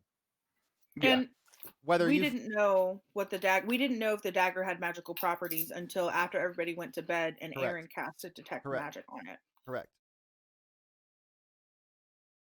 Yeah, it was either detect magic or arcana check. Yeah, I think it was detect magic. You did I cast think detect she magic did on it. both, to be honest. I did both Yeah. because you're like, yeah, it's magical. The blade is, and then I Right. did an arcana Right. check. That's what it was. Okay. So now that's kind of cleared up, and I'll actually go back and rewatch that section because we could be totally off on that. But we'll figure that out off stream. So you may continue, unless you guys just want to finish the conversation there. So we'll No. and we'll figure it out. Mist just he just smirks. So you're mad I didn't tell you about some dagger. Now, we talked a little about this and how your whole plan, and I mean, really correct me here, when I brought it up to you about being captured, your saving grace was, oh, Hugo knew we were there. Hugo knew. And I said this to Biz. Me and Biz had a little bit of a heart-to-heart.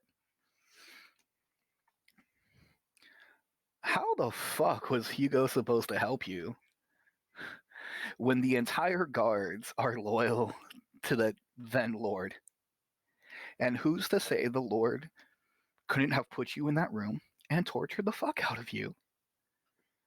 Like, you were so happy to, play innocent, to not know what happened in the room with myself, Aaron, and Carrick. But now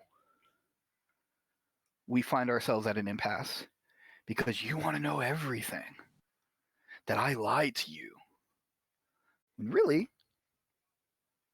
like I've been doing, I was protecting you. So I'm just going to say this.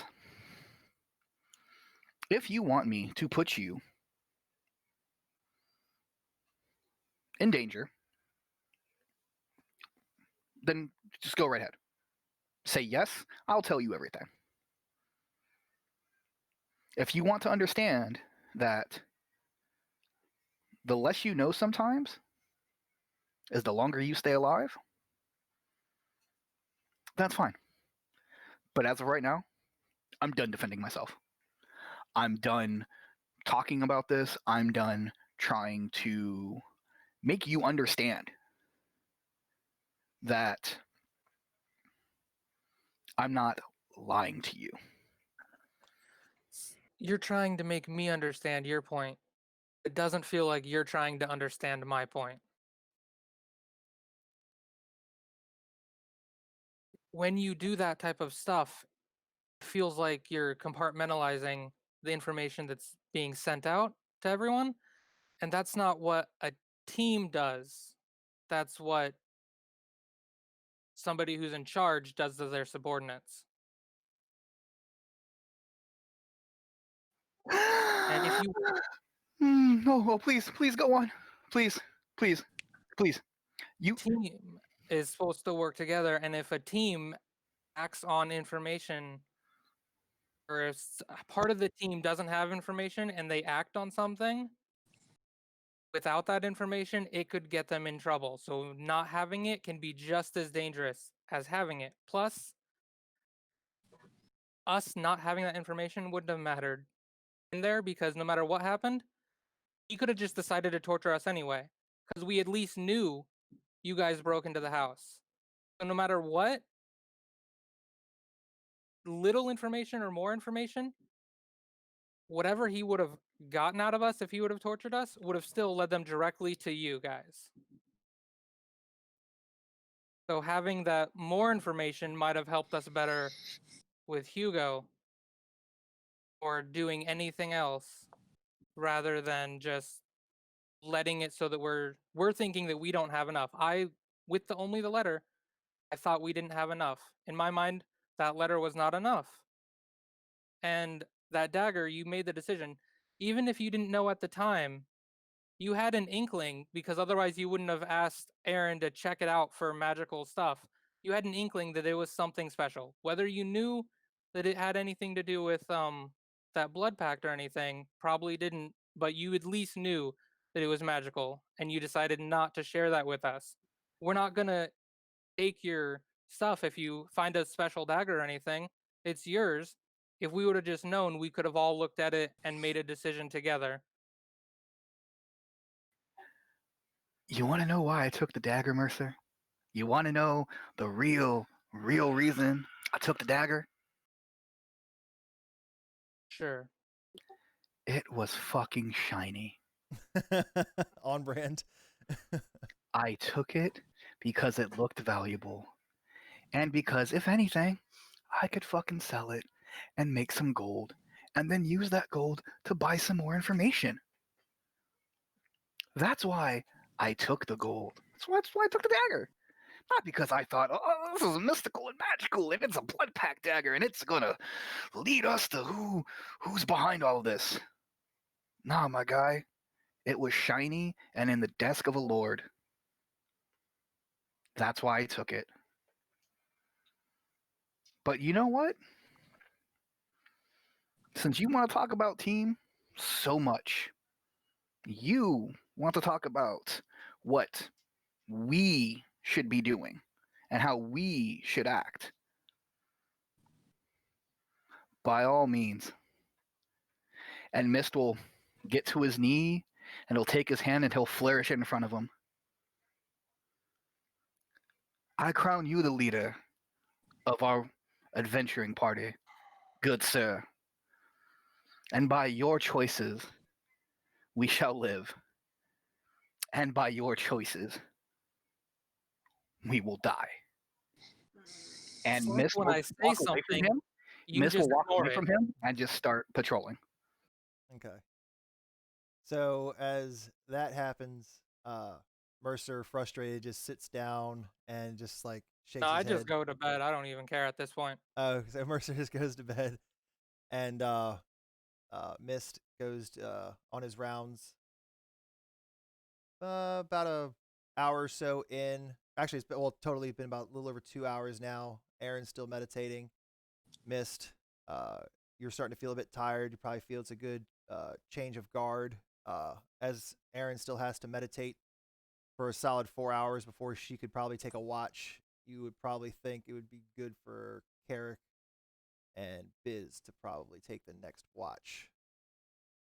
Carrick's already up out by the fire. Oh, okay. Well, all right then. Mist will just walk over to Carrick and be like, he'll tap him on the shoulder. Tag, you're in. All right. You got a minute for a word? You know, I've kind of talked to everyone, so sure. Don't worry. It's I hear what you're putting out. I just gotta say that I've worked a lot with your type, and as a word of advice, nothing more. You can be very destructive. Just putting that out there.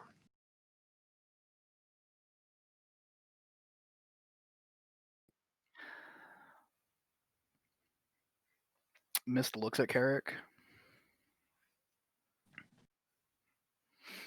You're a pirate. So I feel like with Tatum, there's a unspoken sort of honor amongst thieves, if you will. That I respect you, you respect me. I won't do anything to hurt you, you won't do anything to hurt me because our common interests are aligned. Until, at whatever point in the future, they diverge. Agreed. Okay.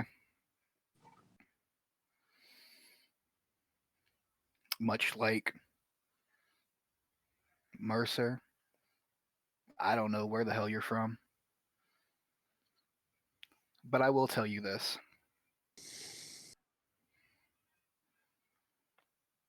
If you think I'm destructive,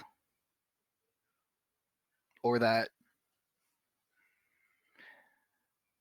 my kind are, and by this time Mist has the mask off, so his hood is down, so it's full tabaxi. Right. Then that's a problem for another day. I meant nothing about your race. I was talking about your behavior.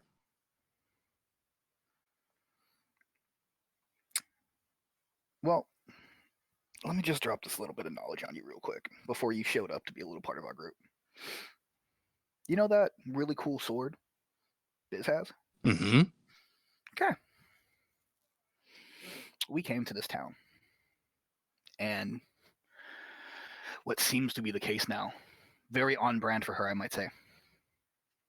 Alyssa found herself in trouble, and we had to go save her. And we did. And then the rest of my party had these little tokens. And there was a secret passage we found. And there was a group of, I don't know what you call them, caskets, sarcophaguses, where dead people stay. And they realized, oh, we can put these little tokens into them because they all had these slots. I professed and said, "Don't do this. This feels bad. This feels like this is something wrong." Do you know what happened? I imagine yes, I can very well imagine what happened. Right. So, outnumbered 3 to 1, they all decided to put these little Plinko chips into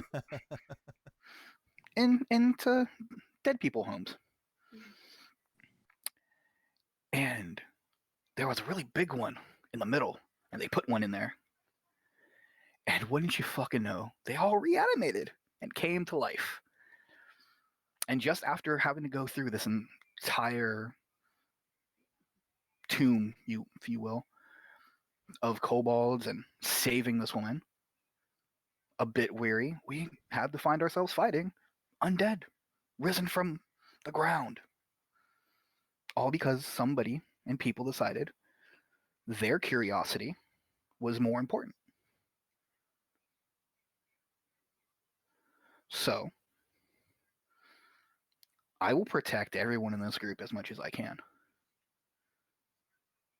But I can't protect stupidity.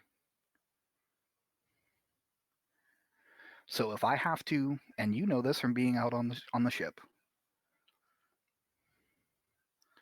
if your entire crew knew, Carrick, of something, like say the location and sorry to be very tropey and not knowledgeable of the people who are wayfarers of the sea, but if everybody knew where a treasure chest was, do you think that's a good thing or do you think that's a bad thing? That would be the biggest fucking shit show you've ever seen. Okay. Right, because only maybe one or two of you should know, in case you get taken by and absconded by another ship, something happens. The less people get very greedy, decide to take over the ship. Yeah, it's all happened before. I'm with you. Yeah, right. So, the less that's discerned amongst the crew, the safer the crew is. It's the same aspect I live my life by, as a buyer and seller and trader of information. The less people know about something, the safer a larger swath of people are. So, you can think I'm destructive. You can think that I am how I am, and that's completely fine. Because out of the little girl that's there meditating, I'll take what you have to say under more consideration and weight because of our differing yet shared backgrounds. But know that there is a method behind the quote unquote madness. And that, much like I fully believe if you wanted to, you could sell all of us out, you fully well and understand that if I wanted to, I could sell each and every one of you out. So, enjoy your watch. I'm going to go wake up Biz. I'm going to go hop in a tree. And we'll get the show on the road in the morning. All right. And Mist will put out his hand. Carrick will take it. All right. And they shake, and he'll peek into a tent, and he'll find Biz and be like, "Hey," kind of nudge her a little bit. "You're up." Biz will just get up, kind of without a word, and just start going that way to the fire. Okay. Biz, as you leave your tent sleepily for a moment, you notice Carrick sitting there by the fire.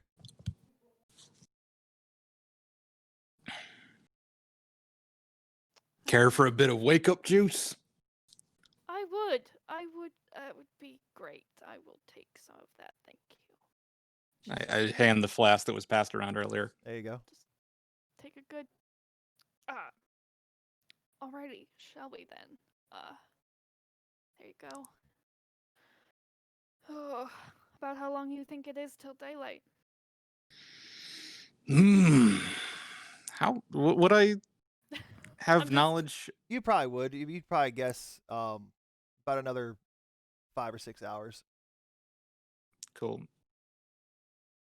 You guys know it would take about 2-hour watch or so, and then switch shifts again. That's when Erin could probably come into place, because like I said, she has to have the solid 4, and then she can take watch pretty much the rest of the time if she wanted to. Yep. You two wish to discuss anything?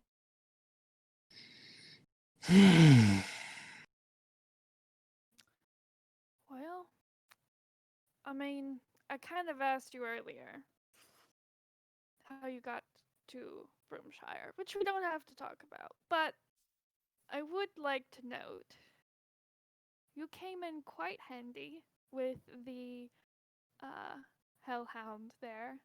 Well, thank you. Thank you. Is it common to have so much magical adeptness for someone seafaring? I wouldn't say it was uncommon, but I mean, outside of a healer or a cleric, you might have one wizard or that ilk. Not a lot. Interesting. Not one for the shiny hands, more for the shiny, swords and things. Yes. How did you come about magic? How did I come Anything? about magic? No, well, honestly, I don't know. I never met my family. I'm an orphan. I have family, but they're, other orphans, and we all think of each other as siblings. I have 8 other siblings back at where I'm from. Kind of not really an orphan per se, but had to leave my family a little bit earlier than I wanted, but led me more to the sword than to the magic. But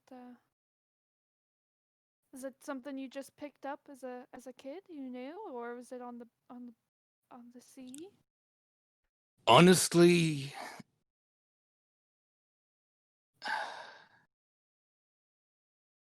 okay. So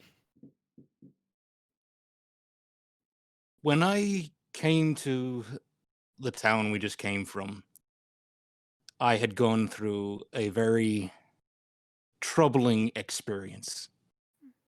I woke up on the beach next to my brother, who I managed to pull from the ship, and words were exchanged. We parted. I found someone else, and along that journey, I discovered my abilities.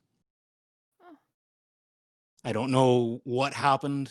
I don't know if it was something to do with the experience on the ship, but I just woke up and could do, and he produces a little bit of flame. All right then. So theoretically, I could wake up one morning and just. It's not impossible. But not likely. It doesn't. It doesn't look like that's likely, man. I couldn't tell. I honestly could not tell you. I'm still trying to figure this all out. Well, that's cool. You're gonna wake up one day and just be able to like teleport through trees and things. Ooh, that would be so useful. Yeah. You work on that. Maybe we'll work on that. Maybe we should find somebody we could work on that. That would be great, cause. That would be, yes, that would be great. That's freaking awesome. All right then. Both you guys make perception checks for me. Oh, no. What do we got? Natural 1. Ah, boo. 16. Okay. So Dark vision. yeah, Does there you everybody go. have dark vision? Does Everybody- Carrick have dark vision? Yes. Everybody has Okay, sweet. So we still have dark vision. All the whole party. You don't really notice anything out of the ordinary. Biz, you just hear a couple bats just kind of fly by, nothing crazy. The occasional bug maybe catches you on your neck. Other than that, your night is uneventful. You guys go to bed. I would assume one of you wake Erin as you kind of notice she's coming out of her meditative state. I'll leave that to Biz. Okay. Yeah. Okay. So Carrick bids adieu, goes to bed. Biz, Does that mean that Aaron's? Erin's gonna be watching by herself. Yes. I would stay with Aaron You need, because you need, Carrick didn't. Oh, you need- have I not had enough sleep? you would You need suffer a sleep. point of exhaustion because you need 8 hours. You need That's 8. not even a short rest. Oh. You need 8 hours of sleep. But if you take watch, you can do it in 2-hour shifts. That kind of counts. So you can sleep for 6, watch for 2. You know what I mean? So if you don't, you'll suffer a point of exhaustion. Okay. Erin's a pretty perceptive lady. You know that. So if anything's at trouble, she can tell you. You can sleep in the back of the cart.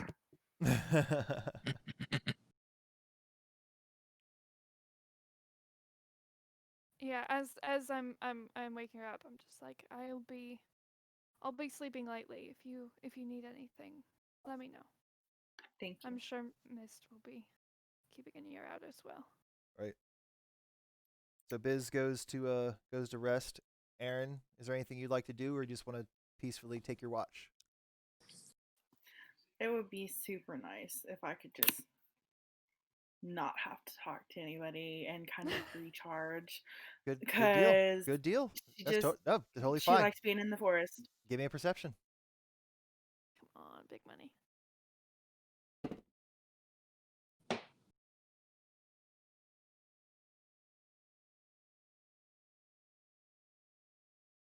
That is a 22. Hot damn, see? That's what I'm talking about, man. Your girl's got this. Yeah, you don't notice anything out of the ordinary either. You were very confident about that nothing is watching you. There's no any sound other than the crickets and the bats. So I'm not going to wake anybody up. I'm just going to wait until people wake up. Yep. So as you slowly just quietly take your watch, let us go to, wait 1 second. Let us do, I swear to God, if you bring up a map. let us do this. Bring up a map. I'm not bringing up a map. Damn it. Good. Good. Thank you. No. It's too late for that. Mm. But I want to finish with this.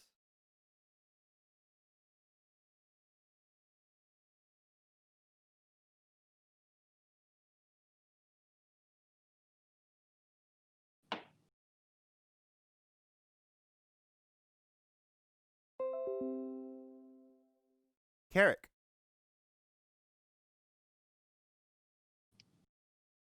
Yes. As you are sleeping, you hear a voice in your head. Mm-hmm.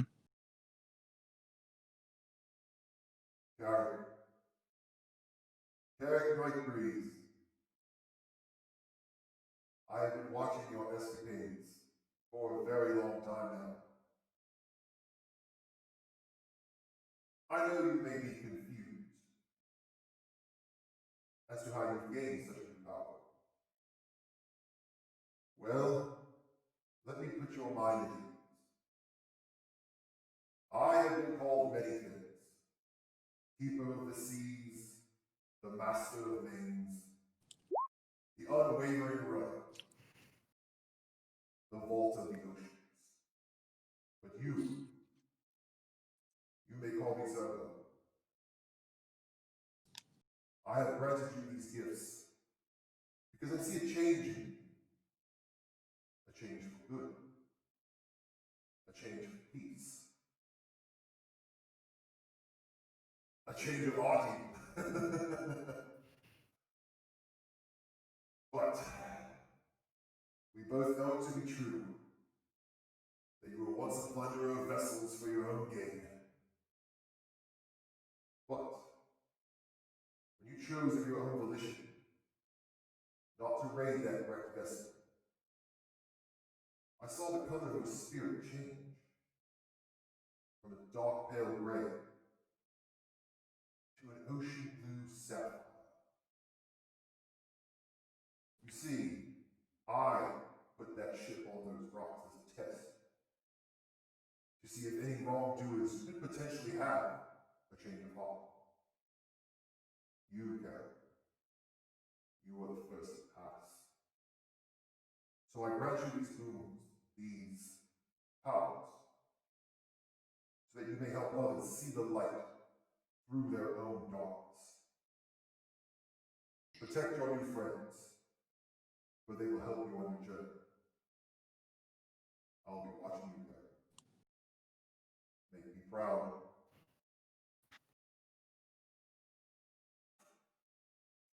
Dude.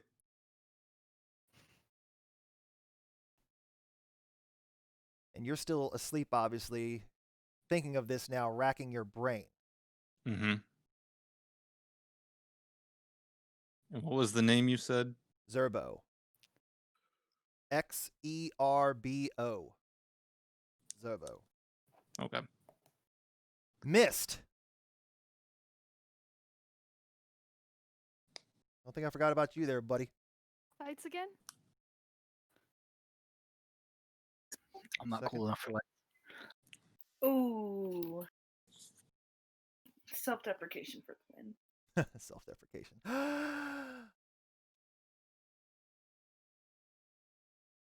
I knew it! Oops. That's not very cash money of you, buddy. I Wrong didn't know color. you multi-classed into some demon type thing. Wrong color. Purple?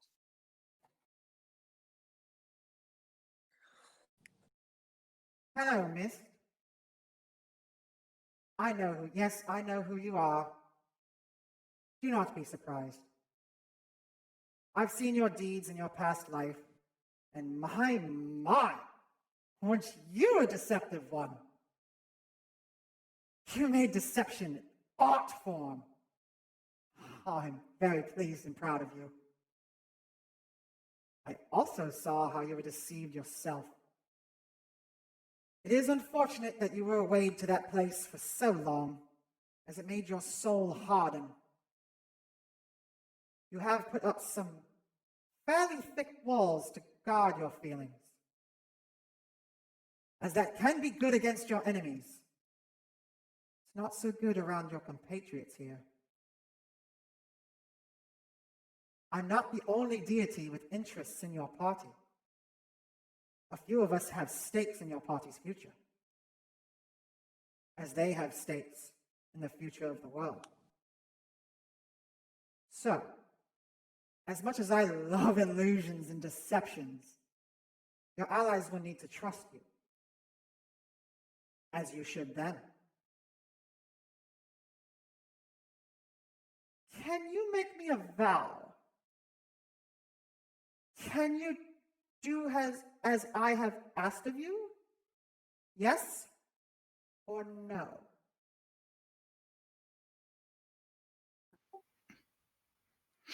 Mist on brand just smirks in this dream he's having.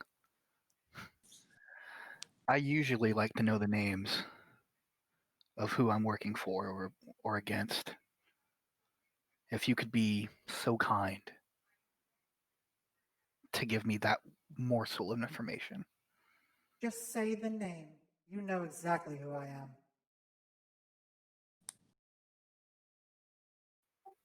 I do. Because if I'm to believe what I was told for my family, you have a stake in me. Isn't that right, Lara? That is correct. Yes or no?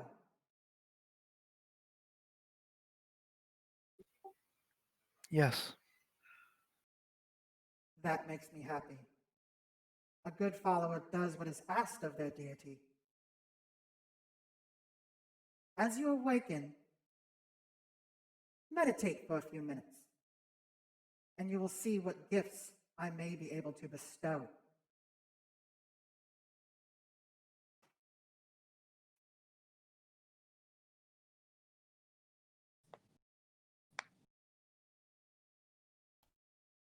And with that, the morning comes. Mist, you awaken. You meditate for a few minutes, or for a few minutes. Yeah, he'll put And back on. you're still up in his the mask you're, and and you're still up in the tree. Yeah. You feel this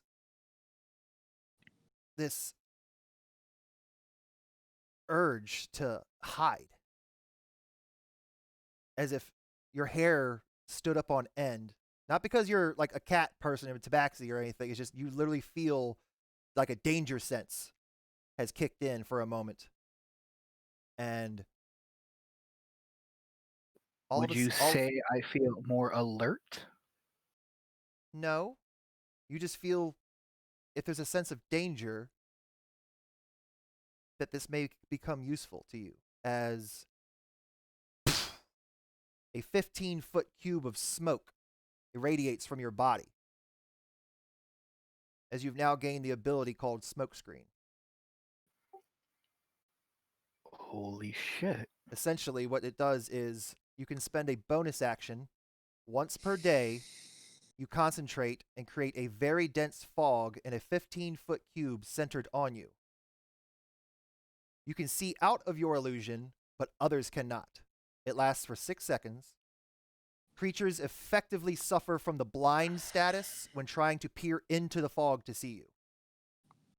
So you become not invisible, but essentially it's very hard to see you inside this 15-foot cube for essentially one turn. And you can use that once per day.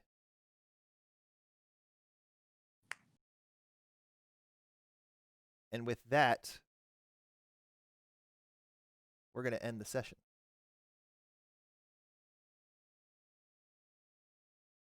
Alrighty, guys. So that was fun. We got some little bit of backstory going on with everybody, which was fan-effing-tastic. I loved it all. Dude, I was not expecting to get there that soon. And That's not what I expected there to fucking do. Not at all. I'm back and here.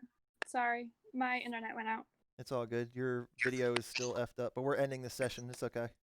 Okay. So we'll see you guys next Friday. Everybody say bye. Bye. Bye. Bye.